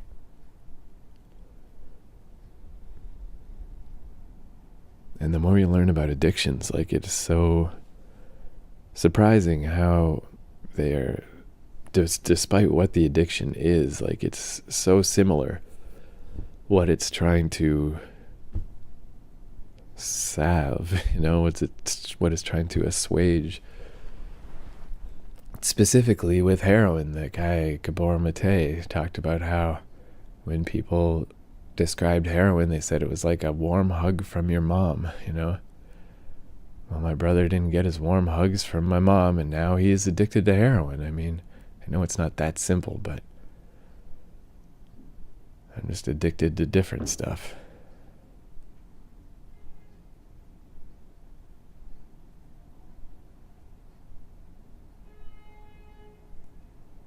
I'm like addicted to, like, I even remember thinking that, like, I was talking to my friend Katie when I first came back to Toronto and just kind of giving her the rundown of like, yeah, here's what happened between me and this other girl, and like, you know, trying to be as honest as I could about what was weird about it on my side. And I remember telling her, like, yeah, like, I really was, like, almost treating that girl like a new mom, like a mom figure, like, it was weird. But it's all just making more and more sense. Like, I don't know. But yeah, it's nice to have more of an understanding of what's going on, and it's nice to be able to not pass this on, you know? To babysit kids and to not be like that. Which, speaking of, I should go check on them and make sure they haven't kicked all their blankets off and are freezing to death. But this song is called A Bell and a Whistle by Early Mart. And I heard of Early Mart because I found a list of artists who had done songs about Elliott Smith. I made a ham radio episode about it, and their song, Heaven Adores You, was the best song of the whole batch. And that album was called Treble and Tremble. And it's really, really good. I remember thinking that album, Treble and Tremble by Early Mart, and the Finder collection called Talisman. It's this black and white comic book. If you put those together, that's the ultimate gift. Maybe a cool t-shirt. Like, you could not give anybody a better present than that. But my favorite song on that album is A Bell and a Whistle, and I've used it a bunch of times in a bunch of different things, but the main thing is the episode of my XO podcast I did where I reenacted Photopia. Photopia is this video game, but it's like basically just a story, so I read it like a story. And there's a part in the story where this dad is hanging out with his daughter, and they're just looking at the stars and they're just talking about astrology, and it's kind of stiff. The dad is a real science nerd, but just that moment of just them under the stars just hanging out and just talking. That whole story is it's about this one girl, and it jumps around to different points in her life, but the story is always told from the perspective of someone who really adores that person. And even that kind of makes sense. Like, that's why this is like my favorite game ever. One of my favorite stories ever is like visibility, man. That's my drug. That's what I need. Even like movies and TV shows that I just can't get into, like, they just seem so tiresome because, I mean, I would think of it like that. Like, a good movie, it's like medicine. It makes me feel better, but it almost never happens. And that's the feeling. It's that feeling of visibility. Like, does this thing see me? Does the person who made this understand any of this? And if they don't, then I don't give a fuck.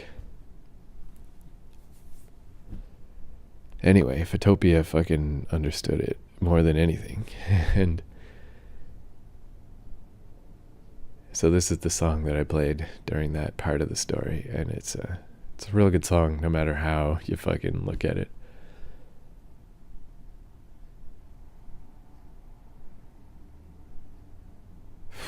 Man, I wonder if this 7 Days podcast, I mean, this is what's been neat about it, is like, it's just a good excuse to just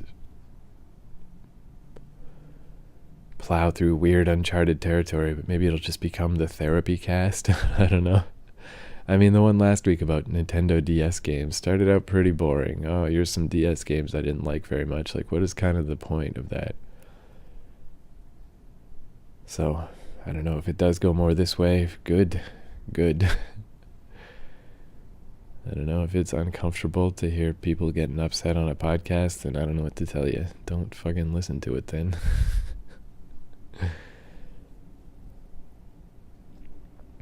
Because it ain't really for you, man. But hopefully it's useful to me, and maybe it'll be useful to somebody. Anyway, here's A Bell and a Whistle by Early Mart.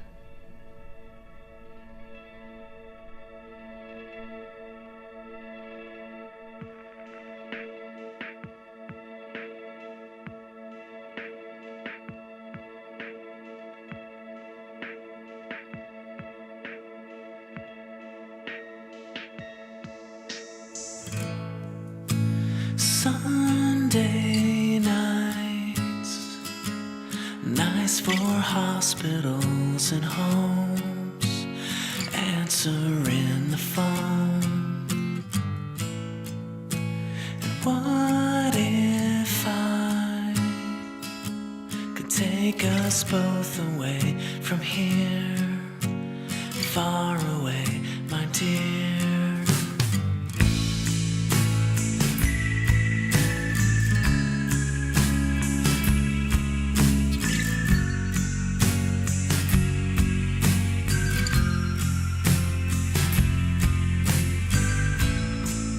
We could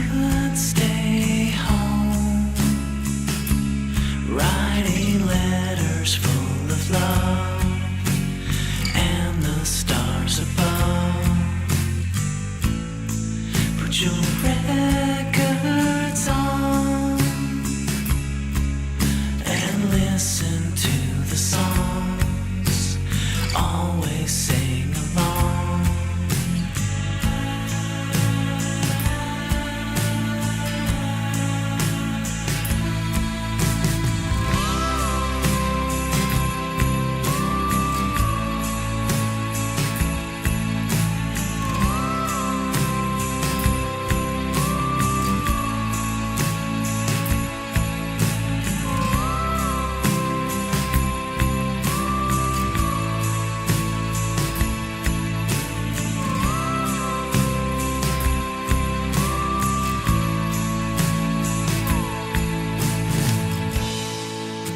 Sunday nights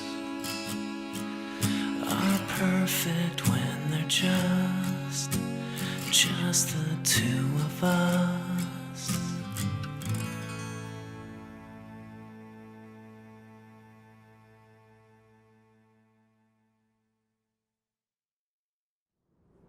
Okay, I'm coming home from babysitting. It's real late at night, but just walking through a park toward Matt's super fancy apartment that I'm staying in this week.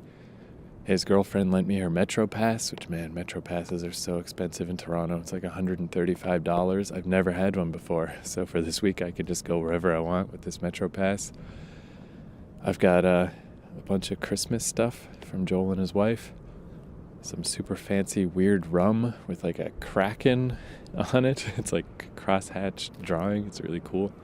So I'm king of the world right now. But I just wanted to tell a little story that I thought of while I was on the bus. So tonight while I was babysitting, I had to put the kids to bed. One of them is 4 and... So tonight while I was babysitting, I had to put the kids to bed. One of them is 4 and one of them is 2. And I was just lucky that I got the 2-year-old to bed pretty easily. He's just been like absolutely refusing to go to bed for weeks and months. So they finally moved him into a different room from his brother and put him in a crib that he usually crawls out of, but something about being in the other room, he doesn't crawl out. I'm not sure why. But he was still really crying and stuff, and I absolutely didn't want to just leave him there crying, because that used to happen to me all the time when I was a kid. So me and his brother went in the room and just hung out with him for a bit. Like, he stayed in the crib, but we just, kept the lights off, but we just hung out in there and talked to him and whatever and just goofed around. And then when we left, he was okay, he just stayed in the crib and he didn't cry and it seemed like everything was fine, and then he fell asleep soon after. So then his brother Jet, the 4-year-old, he is like, we always joked ever since he was little that he's kind of like in a Mad Max post-apocalyptic future, like he'll be fine. He's just like a real kind of rough and tumble kid. I even noticed like when they were little, just how you can tell something about people's personalities, like even just when they're really little, where the 2-year-old, he will just let you change his diaper. Recently, a little less so, but in general, if he had to get a change of diaper, he would just let you change his diaper, whereas Jet always resisted, but not in a malicious way, like it was a game. Like it was fun for him to try to avoid the diaper, and it's a huge pain, but he would always do that. He would never not do that. And I know he was having some trouble at school or kindergarten or whatever because he just really aggressively doesn't want to follow rules and do what everybody wants. He doesn't even like wearing clothes. Like there's this story of the family went to Cuba for a vacation, and this resort like had a place where the kids could be looked after for like the afternoon. And one of the people that worked at the resort, he was like, "Hey, is Jet's your son?" Joel's like, "Yeah." And the guy was like, "I love Jet. Jet's the best. Jet took off all his clothes, threw them aside." And I was like, don't you want to put on clothes? And he said, "No. Nude is better." I don't know if that's a Jamaican accent. I mean, a Cuban accent. It is a Jamaican accent. a perfect Jamaican accent. But yeah, like I'm especially, but now that I've been listening to all these talks about child psychology and thinking about my own life, like I especially don't want to, to push when I don't have to. Like if it's really not something important, if I'm just making a rule for the sake of a rule kind of thing, even less so than usual. And I mean, I don't want you to misunderstand. It's not like just everyone run wild and do whatever you want. It's like, choose your battles. What hill do you really want to die on? So I read some books to Jet, but then he said he was hungry and he didn't want to, he wanted a snack. So I was like, all right, fuck it, why not? Let's just go downstairs and see what there is to eat. And then bed. And we found like some arrowroot cookies and this other kind of cookie. It's like an arrowroot cookie, but it was darker and a little bigger. I don't know what it was, but it was fucking delicious. Well, I'll get into that. So I gave him one to eat, and then he wanted some more in a bowl. So I was like, 2. You can have 2. 2 is plenty. You're eating one right now. But he really wanted 4. He was really insistent that there be 4. 2 of each of these types of cookies. And then the extra one that he was eating. And like he really was standing firm about this 4 thing. I was like, you know what? That's fine. Have 4. I mean, come on. I'm the babysitter too. It's whatever. But then we got up to his bedroom and I put him to bed, and I just like laid down with him for a bit to just let him settle in a little. And it's like, what else am I going to do? Watch fucking cooking shows on Netflix, which is what I did, so I can hang out with him for a while. But what ended up happening, I don't know if this was Jet's plan or if he just decided this on the fly, but since there were 2 of each of these cookies, like he took the arrowroot cookie and then he gave me one. I was like, oh, thanks. And I ate it, and we ate it together. And then the next cookie, he had one and he gave me one. And it was such a great moment. It was just really nice, like just us hanging out, eating cookies together. And then I told him I was heading downstairs, and he said like, hey, you should go downstairs and get a drink or whatever you got to do, but you should come back up and just like sleep here with me. And I told him like, hey, we'll see, whatever. But I didn't. I watched a cooking show on Netflix, and then when I went back up, he was asleep. But just that it was just, yeah, like none of these things, like instead of them being big fights and instead of people getting upset and everything being so awful, instead we just shared cookies. Like he's just a really nice kid. It just maybe it's harder to maybe it's just harder for him to sort of express exactly like where he's coming from or what his, like I guess it seems on the surface like he's just kind of being bossy and demanding, like I want 4 cookies, not 2 cookies. But he wanted 4 cookies so we could share cookies, Or again, even if that's not what he was thinking at the time, that's what happened. It was totally nice. It was totally cool. And then it made me think back to when he was really little, when he was like maybe a year old before his brother was born. And I was babysitting one night, and he couldn't talk yet, but he was just in his crib, and he was just crying because, his parents were gone. And I remember I put my arm through the bars of his crib and just put my hand lightly on his chest, and just that someone was there, just that somebody was with him, just calmed him down. And I just stayed there until he fell asleep. And I just think of that moment because it's so simple and so just so human, it's just, I just want to know that somebody else is there. And I mean, that's how I felt when I was little also.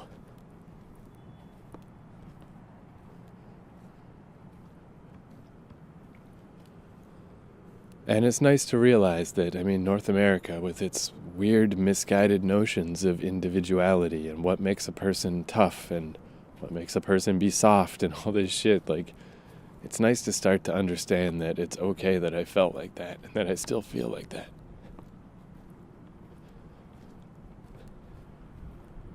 And I don't really know how our society got so away from that. I really don't.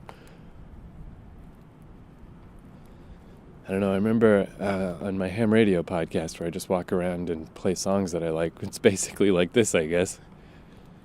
But when I first discovered exercise and how much better I felt when I exercised every day, and that I was starting to get muscles and starting to feel like more capable and more like myself, like I started to realize that this super skinny, weird little version of myself from before was like unnatural, was like that I was just emaciated. I was not how my natural self was supposed to be.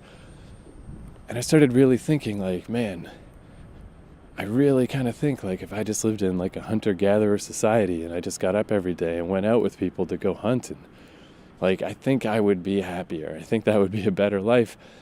And these talks about child development, like they bring that up, that the hunter-gatherer society is the best society for raising a kid because the kids are with the adults all day. And they're not just with a couple of parents, they're with everyone. They're with aunts and uncles and everybody in the community.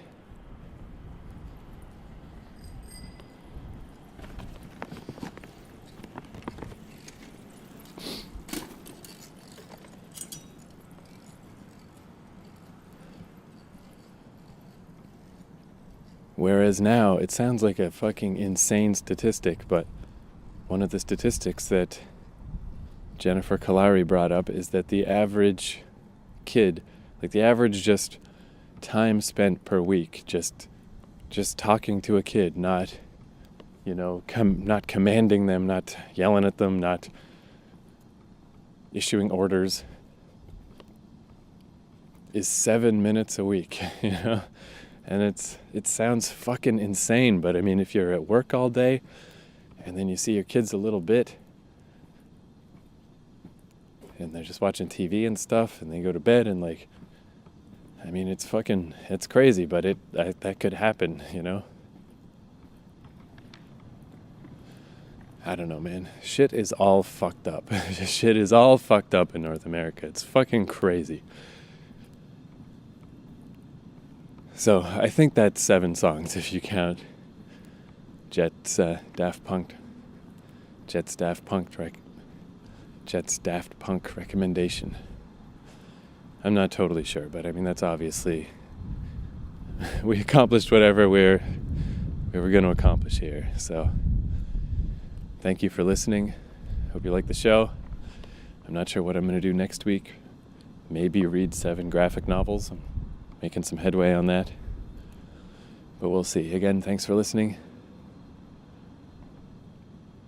If you're interested in this stuff, Gabor Mate and Jennifer Kalari are who I recommend on YouTube.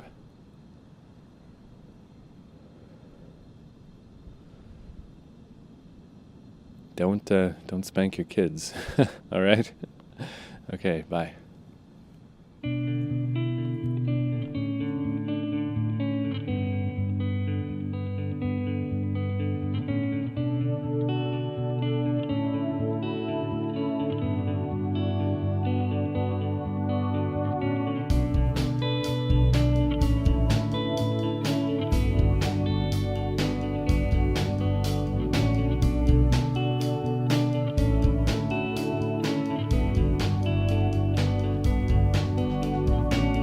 There's a playground that we used to run on. The penny drop that broke her arm. The monkey bars that you fell from. A string set chain that stuck with my tongue. Your sturdy pillow and we're far gone. If you plant yourself here, I wouldn't miss it for long. But then comes a day when you leave town. I'm back to the way I was when you were.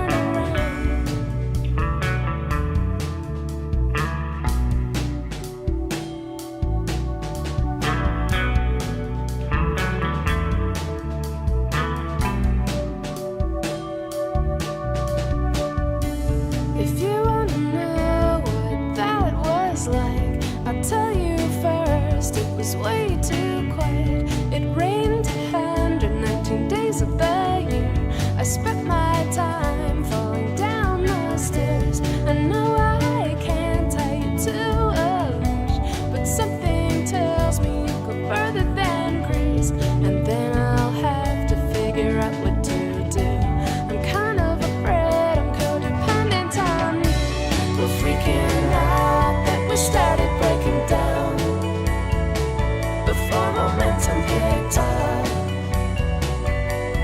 Now all these doors are locked. The trees trick you 'cause they're always standing still. But time is really racing by. You can see it when you drive. There's a rooftop deck where we still hang out. A couple bars where we're not allowed. The roller skates and threw on your face. The park on the hill, which is our only space. The foggy is fast and it rolls right in. About at the time I stuck my first whip of gin. I don't really mean to complain too much, but this city's turning me into quite the lush. We're freaking out that we're running out of time. But to do what? Should I stop and think of that? Is there something I could do to slow it down? Live in a day for once instead of watch it sprinting by.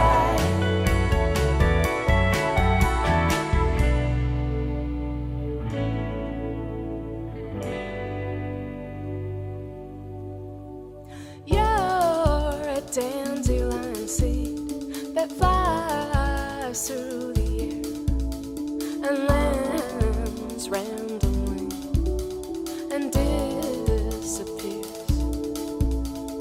You're a dandelion seed that flies through the air and lands randomly and disappears.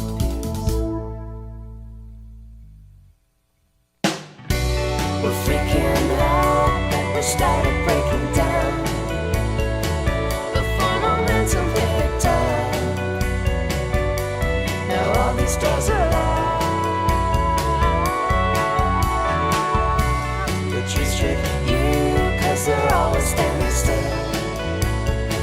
But time is really racing by. You can see it when you drive.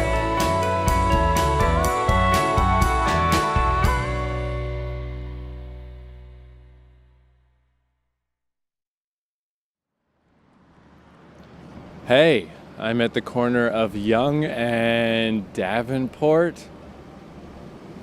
Wow, that's weird. On the west side, it's Davenport. On the east side, it's Church Street. As soon as you hit Young Street, man, everything goes crazy in Toronto. It makes no fucking sense anymore. All right, listen, I was staying at my friend Matt's house for Christmas. I was house sitting for him for the Christmas break. House. Man, I've been in Ontario too long, dude. I'm Canadian now. My Canadian accent is totally here. It's nothing I can do. And it was cool because it was like staying in a hotel for a week. It was a nice change of pace. It was really cool. But it was also kind of lonely and weird. A weird way to spend Christmas. But Matt came home tonight and we hung out and we watched the interview and we got all drunk and it was super fun. So I've been walking down Yonge Street, drunk and listening to music. And I was thinking about stuff. I think even because I've done all this research about addiction lately, like I used to always really resist stuff like drinking, just weed or whatever. And I didn't really know exactly why. I mean, I guess because my brother's a junkie is part of it. But, you know, it's just like, it's dangerous. Don't do that stuff. But I just feel like I understand it so much better now. It's like we all have all these weird problems and we're all just trying to get away from them from a bit. And just get out of your head. I've even understood that a little more just from exercise. Like, if you exercise and you get your heart pumping and your blood going and you're just like, you're out of your head a little and it's fine. You don't have to be in your head all the time. I thought you did. I kind of looked down on that stuff, but it's fine, you know? I'll have plenty of time to fret and to think and to work through my stuff in my brain. It's okay to spend some time out of your head. But yeah, walking down Yonge Street, man, it felt like I could be anywhere. It reminded me of when I was younger and I moved to Vancouver and I made it in this new weird city. I mean, walking down this weird part of Yonge Street at night, it's like I could be anywhere. I could be in Belfast right now. It could be anything. And it reminded me of that version of myself from 10 years ago that could just go anywhere and do whatever and it would be fine. Like, I'll be fine. I can survive. I can get along. I can get along with people. I can adapt to situations. It's cool. It's just like, it's nice to just, it's freeing to just get away from your fucking head for a little while and all your worries. Like, where did I hear that? I heard it just recently about how your body, I'm getting self-conscious about my abouts. But it's like your body's not there to make you feel good. Your body's there to help you survive. Your body's there to make you feel bad. Your body is there to protect you. So, I mean, we're in this world now where we're fine. We're going to be fine. We're not going to die. We don't need this anymore. I think it's okay to get away from it. I think it's okay to medicate. But yeah, suddenly all these things seemed so much more clear. People that I know that, you know, things have become a little tense, friction has arrived. Suddenly it's like clear, okay, this is what I should do with this person. This is what I should do with that person. Maybe I'm not ready for this yet, but, you know, in a couple months, down the road, whatever, here's the answers. Like, I love how Elliot Hulse describes being in your head versus being out of your head. Being in your head is like a room. Say your mind is a room full of objects. And if you're just in your head and you're just all neurotic, it's like a flashlight in a dark room. And you're just pointing it at different objects. And you're looking at each one. And you can have that laser focus, but you can only see one thing at a time. And you just go from object to object to object and try to figure out what to do with your life. Where, if you do a bunch of push-ups, a bunch of pull-ups, whatever, you get out of your head. Maybe you get drunk, you do whatever you do. It's like flipping on the light switch. Like, you can't see any one individual item with that kind of focus, but you can see the whole room. Suddenly, boom, there it is. There's the whole situation. And both things are valuable. Like, it's so valuable to see things the other way. And man, this has changed my opinion so much on stuff like just getting high and getting drunk. It's like, it's not just something to like look down on. It's valuable. It's another thing I heard somewhere that I don't remember where I heard it, but about drunks, like about alcoholics, like that mindset they get in, that they want to have, that they want to get back to. Like, it's like a different kind of intelligence. It's like your lizard brain or whatever. Like, it's not just some pure escape. They are like escaping the hurt in their lives, but they're also like seeing things in a kind of weirdly clearer way at the same time. And that's how you get caught in this thing that is just obviously ultimately self-destructive. I don't know, I feel like I should just take a day each week and just get wasted. Just go to a bar and just hang out with weird people I never met before. I was thinking about this one time in New York. I was hanging out with my friend Brad, and we went to see Jonathan Colton. And Brad was kind of drunk, and he made friends with everybody at the table. And we ended up hanging out with those people all night. And it was so cool, and it was something I never would have done. And it was an excellent night. It was just like, wow, we just met these people, and now we're hanging out. And why shouldn't we? Why shouldn't we hang out with them? Anyway, though, the reason I really wanted to record this is just because I feel like this podcast was really hard on my parents. And I do really feel like they fucked up big time. I really feel like they did a terrible job of raising a couple of kids. They did a 2 out of 10 job, an awful job. I mean, I know that's awful to say and it's mean to say, but they really did some shit that it was like long lasting and really awful and really fucked me up. But the reason I want to record this is that I think they didn't know they were doing that. They didn't understand any of this. They were perpetuating a system that they grew up in themselves They didn't know not to hit their kids. They didn't know not to spank their kids. They didn't know not to hug their kids. They literally thought all these things were good things to do. So it's caused me a lot of difficulty in my life, and it's a lot of stuff I gotta untangle and a lot of stuff I gotta work through. But now that I'm at this point, like, I feel like I'm on the peak of a mountain or something. Like, I see it. I understand what happened. I understand in some way, to some degree. I understand what it did. I understand where I'm at now. I don't want to be mad at them, you know? There's no point in being mad at them. Like, it wasn't malicious. I know my parents loved me. So that's why I wanted to record this. I mean, I'm pretty drunk, dude. I fucking stopped on Yonge Street to pull out my fucking my bottle of rum that Joel and his wife Jennifer gave me for Christmas and take another swig just to keep this flowing. But yeah, I guess ultimately, like, that's the point I want to end on. I'm glad I understand this stuff. I'm glad I see it. I know kind of what I'm working with. And it's not just it was fine. It wasn't fine. It wasn't fine at all. It was a very weird, fucked up way to raise kids, and it was real bad. But it was based on, I mean, god damn it, my mom had fucking 11 brothers and sisters. That is Catholic as fuck. That is dysfunctional as hell. That is so crazy. Considering how crazy that was, things could have been a lot worse.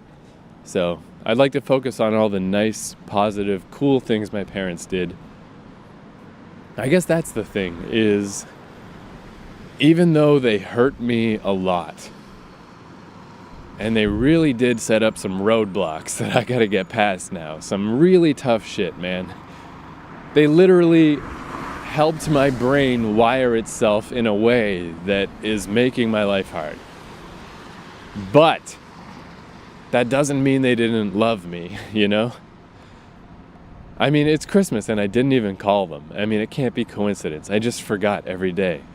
The day, Christmas Eve, I was like, I should call my parents. Christmas Day, Boxing Day, all these days. And I just somehow magically forgot every day.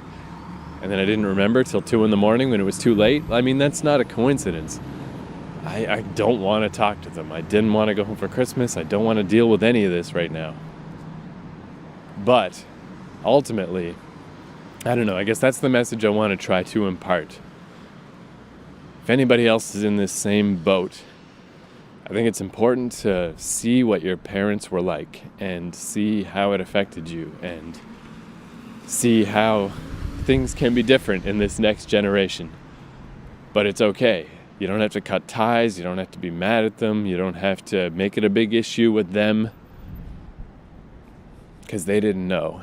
And they did try their best. And somehow, through their bizarre lives, I mean, you got to try to think of them when they were kids. Like, I know so little about my dad. He is not open at all. But I remember my mom told me this story. Again, like, brothers and sisters everywhere. It was like literally 3 generations of different kids. Like 3 families in one family. And then one more kid at the end.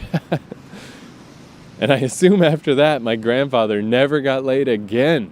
Because they were Catholic. They were stupid Catholic. They were no condoms Catholic. So after that, they obviously hadn't fucked in like 7 years. And then they did one more time and had one more kid. And my grandma was like, that is the end. You are never fucking me again, ever.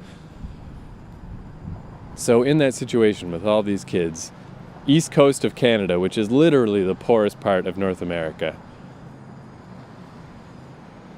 I got in a fight about that once in New York, that I came from the poorest part of North America. But it is, you can look it up, dude.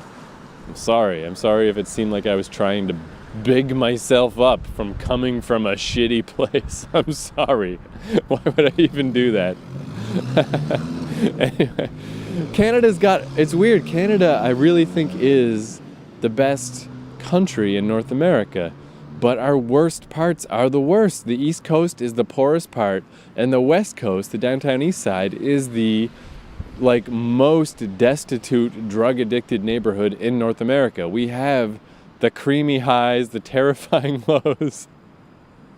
No, it was the dizzying highs, the terrifying lows, the creamy middles.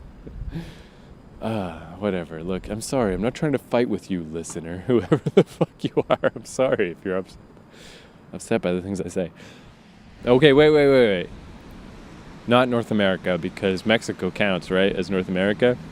All right, that would be crazy. Of course, I'm not talking about Mexico. I'm talking about America and Canada.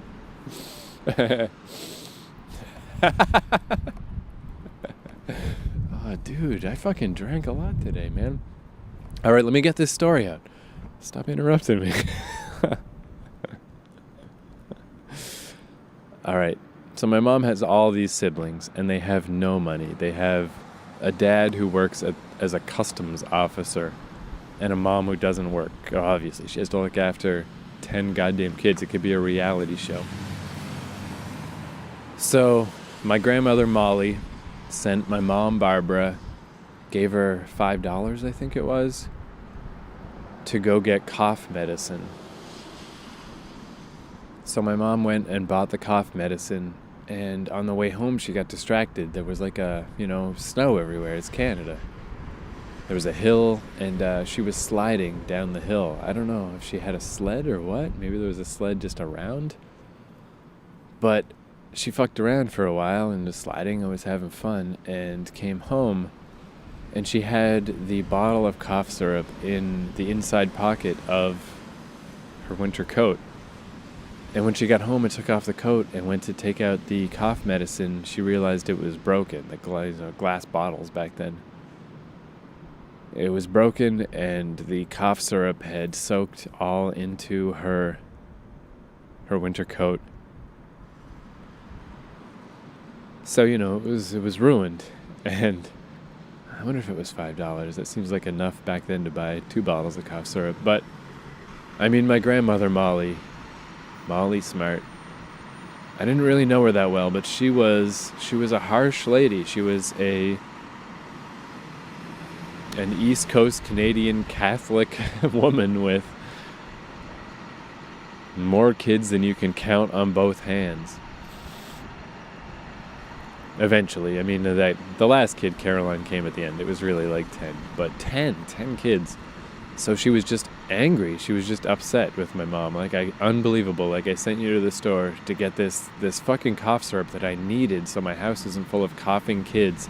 And because you decided to fuck around in the snow, it's broken now. And now I've got to wash your winter coat. You've fucking ruined everything. What the fuck? And I don't think that was a random story that my mom told me. I think she told me that because she remembers that. That stuck with her. She's still really upset that happened. But that's why I'm not mad at my mom and my dad. Like I said, I don't have any stories about my dad, but he grew up in rural Quebec. That is one of the most isolated places ever. Everyone speaks French. They're trying desperately to hold on to this culture that's surrounded by English, and it's just dwindling. It's dying. That is not a culture of openness and acceptance and understanding, These are the people that raised me, so that's all I wanted to say. That's how I want to end this off.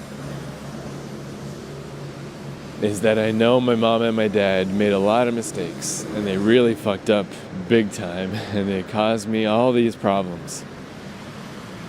But I know that they did the best that they could, and I love them a lot.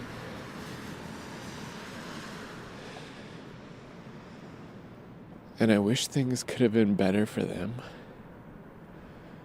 But things will be better for the next generation that comes along.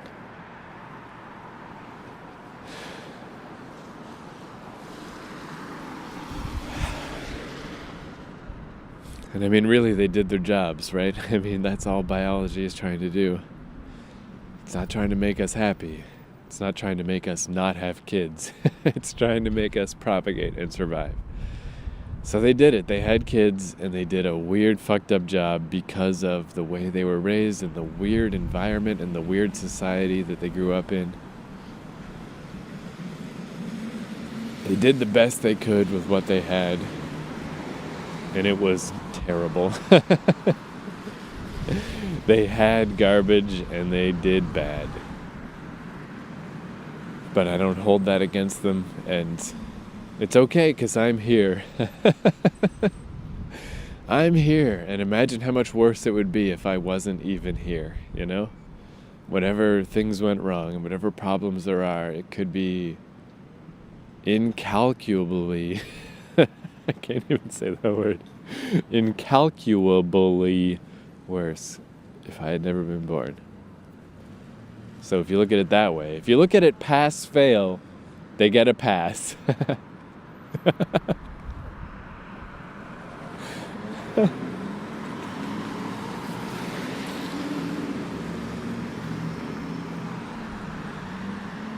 I think that's a good way to look at your parents, man. Pass-fail system. Are you born? Are you here on the earth to be upset with them? Then they passed. You got born. They did, for whatever weird reasons and whatever weird way, they did what they were supposed to do, and you got born, and you're here. And any problems that happen after that point, that's all just ancillary bullshit. That's not that important. That's all stuff you can work with. You can work with this. You're like, all right, maybe this isn't the most perfect clay I could ever ask for. Maybe it's not the perfect density and the perfect moisture level. I don't know how to make things out of clay either. But you're here. You're here, and that's just such a good feeling. I know it sounds weird to say, like, I should get drunk more, like I should spend a day a week getting drunk, but I swear to God, there's things that can come from this. I mean, it's like, you know, fucking native tribes and stuff that used to, here's the weird mushroom that if you eat this and you run down a hill, you feel like you're flying because you can't feel your legs. It's valuable. I think I used to be more afraid of this because I didn't trust myself. Like, I can't just be drunk. Like, what will happen? What will happen if I let myself just be out of control? And it's fine. This is it. This is about as drunk as you get, and this is what happens. This is relatively coherent. You know? Not only that, but it's... I think this week, this Christmas week of being in a different apartment, and it just feels like a weirdly different life. Not the greatest week in the world, man. There's a lot of dwelling on things and a lot of grinding things out in your brain. And I guess I'm just starting to realize that sometimes there's not an answer to that. Sometimes if you're just fully sober and fully committed to an idea and just focused on it, sometimes it just grinds and grinds and grinds, and it never comes to a resolution.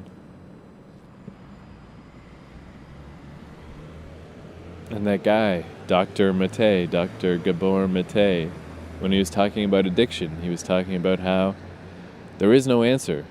There is no solution. You know, that's not the way to approach these things, because you will just try to deal with it forever and ever and ever, and it will never be fixed. And this is like addiction to having an answer, an addiction to having everything in its right place, an addiction to everything being perfect. By the way, I know I already played 7 songs, and this is the 7 Days podcast, but after I said everything in its right place, I just was like, oh my God, I need to play Radiohead at the end of this. I need to play everything in its right place. I was not a big fan of that Kid A album. A lot of people really like it. It seemed like a lot of wanky bullshit to me. But Everything in Its Right Place and Morning Bell, really good songs. So I'm going to end with Everything in Its Right Place. Yeah, man. This is...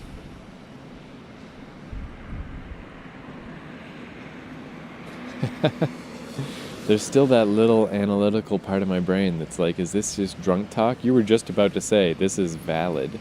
This is a valid solution. to just get drunk and to turn on the light switch in the room and to see the full scenario. Are you just saying that because... Are you just saying that because you're drunk? Like, now you think this is okay, this is fine, this is valid and worthwhile? But it is! It fucking is, man! It is! If I spent a whole week just being troubled by all my stupid problems, and then all I gotta do is drink half a bottle of rum, and I don't feel bad anymore. I literally can just say that I love my parents. I love them. I love Barbara Smart and I love Neil McNally. And I appreciate everything they did for me.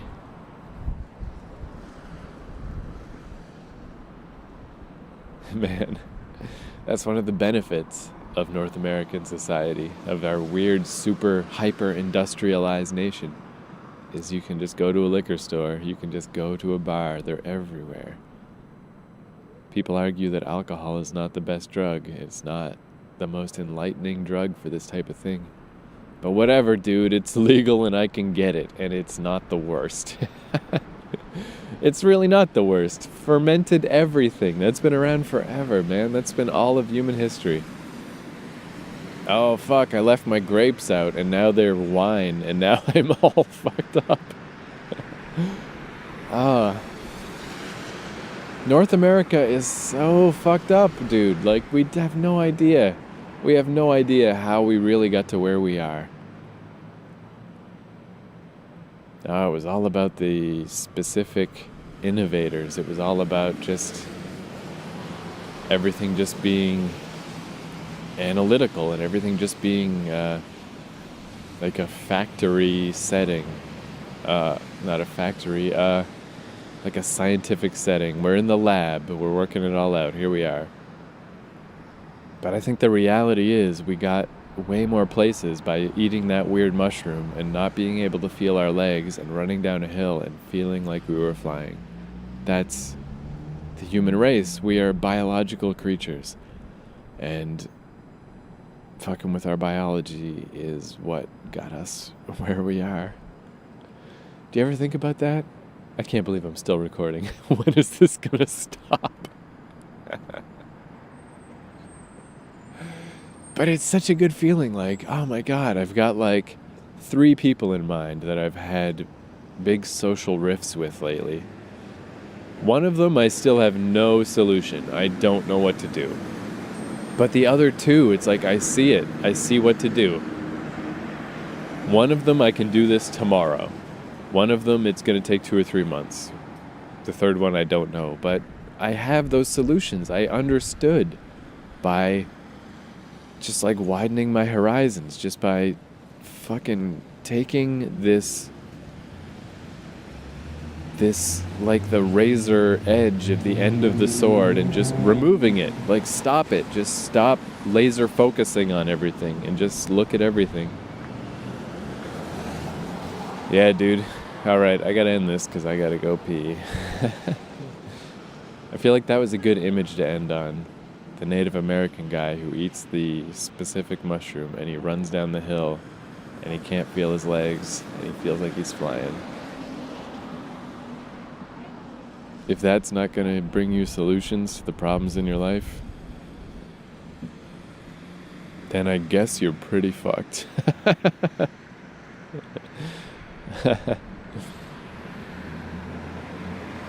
All right, thanks for listening. I don't know who could possibly be listening, but thank you very much. I'll talk to you later. Maybe we'll meet someday and we can hang out. It'll be cool. All right, bye.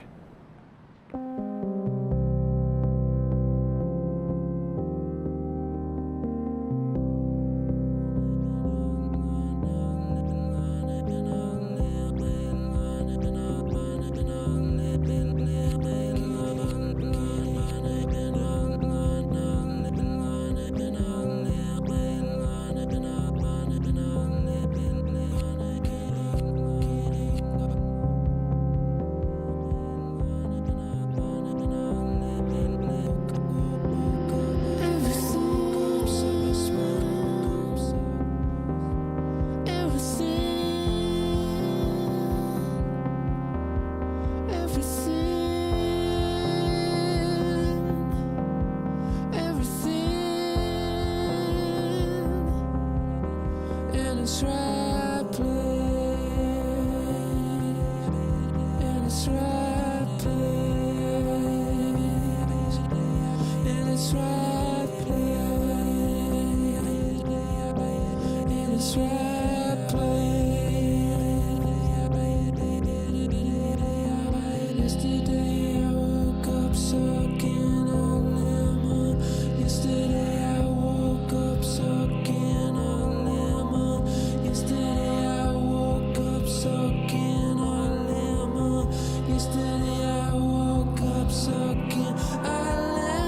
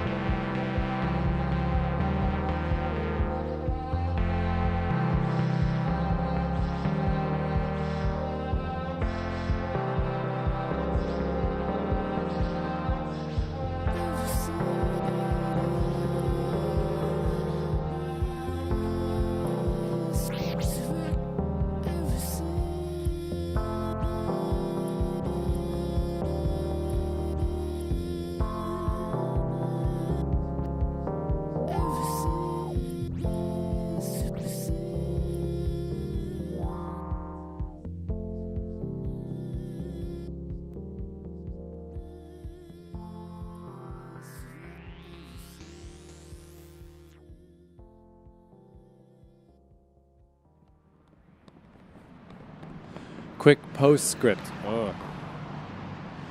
Quick postscript. Blah! Quick postscript. Oh, I just feel like I can't talk right now. I feel weird. I feel weird. Quick postscript. I just wanted to say, oh man, one of the most valuable tricks I ever learned. I'm in Yorkdale. This is one of the fanciest neighborhoods in Toronto.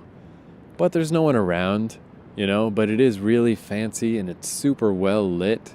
It's very badly set up for peeing in public. But I learned this trick from Bam Margera. It is the best thing. The only trick to peeing in public is just don't look like you're peeing in public.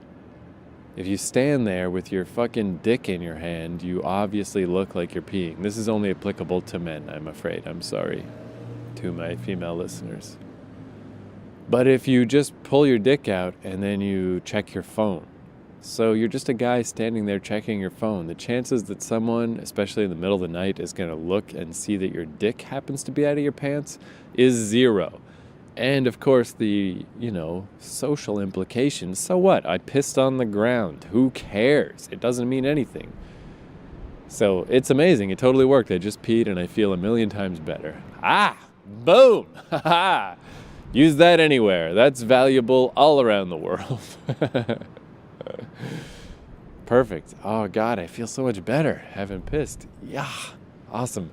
One more song. We're up to song number 9 in a 7-song podcast.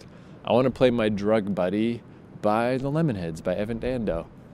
I always loved this song. I loved it very much, but it is extra excellent now that I sort of see it a little more clearly. You know, having somebody just to hang out with, man, my drug buddy. There's still some of the same stuff we got yesterday. It's valuable, man. The time I saw Evan Dando, and he was super fucked up and could barely perform, obviously he's got a lot of troubles. He's got a lot of problems in his life and he's trying to get away from them. And it's okay, man. It's okay, Evan. I get it, man. It's okay that show was a weird mess. Hope things are going better now. Okay, here's My Drug Buddy by Evan Dando. The end. Goodbye.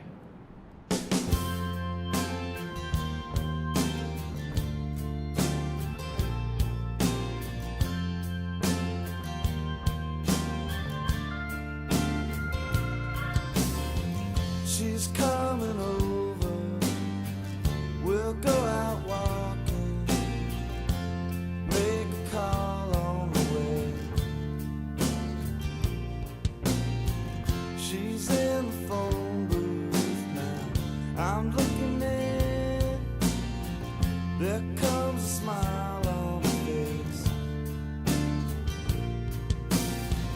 There's still some of the same stuff we got yesterday. There's still some of the same stuff we got yesterday. Yeah.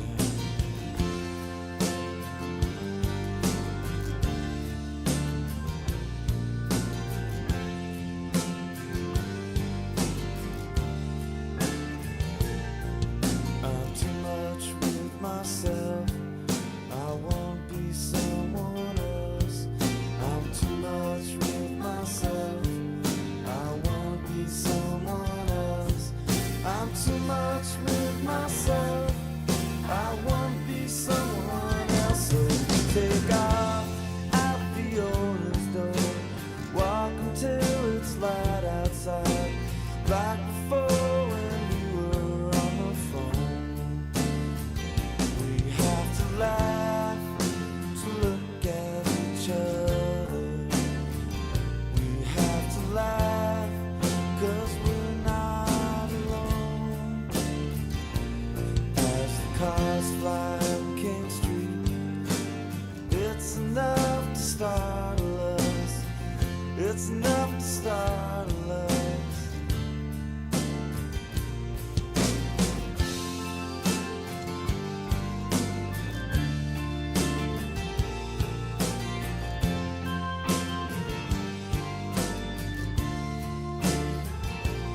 I love my drug buddy, my drug buddy. I love my drug buddy, my drug buddy.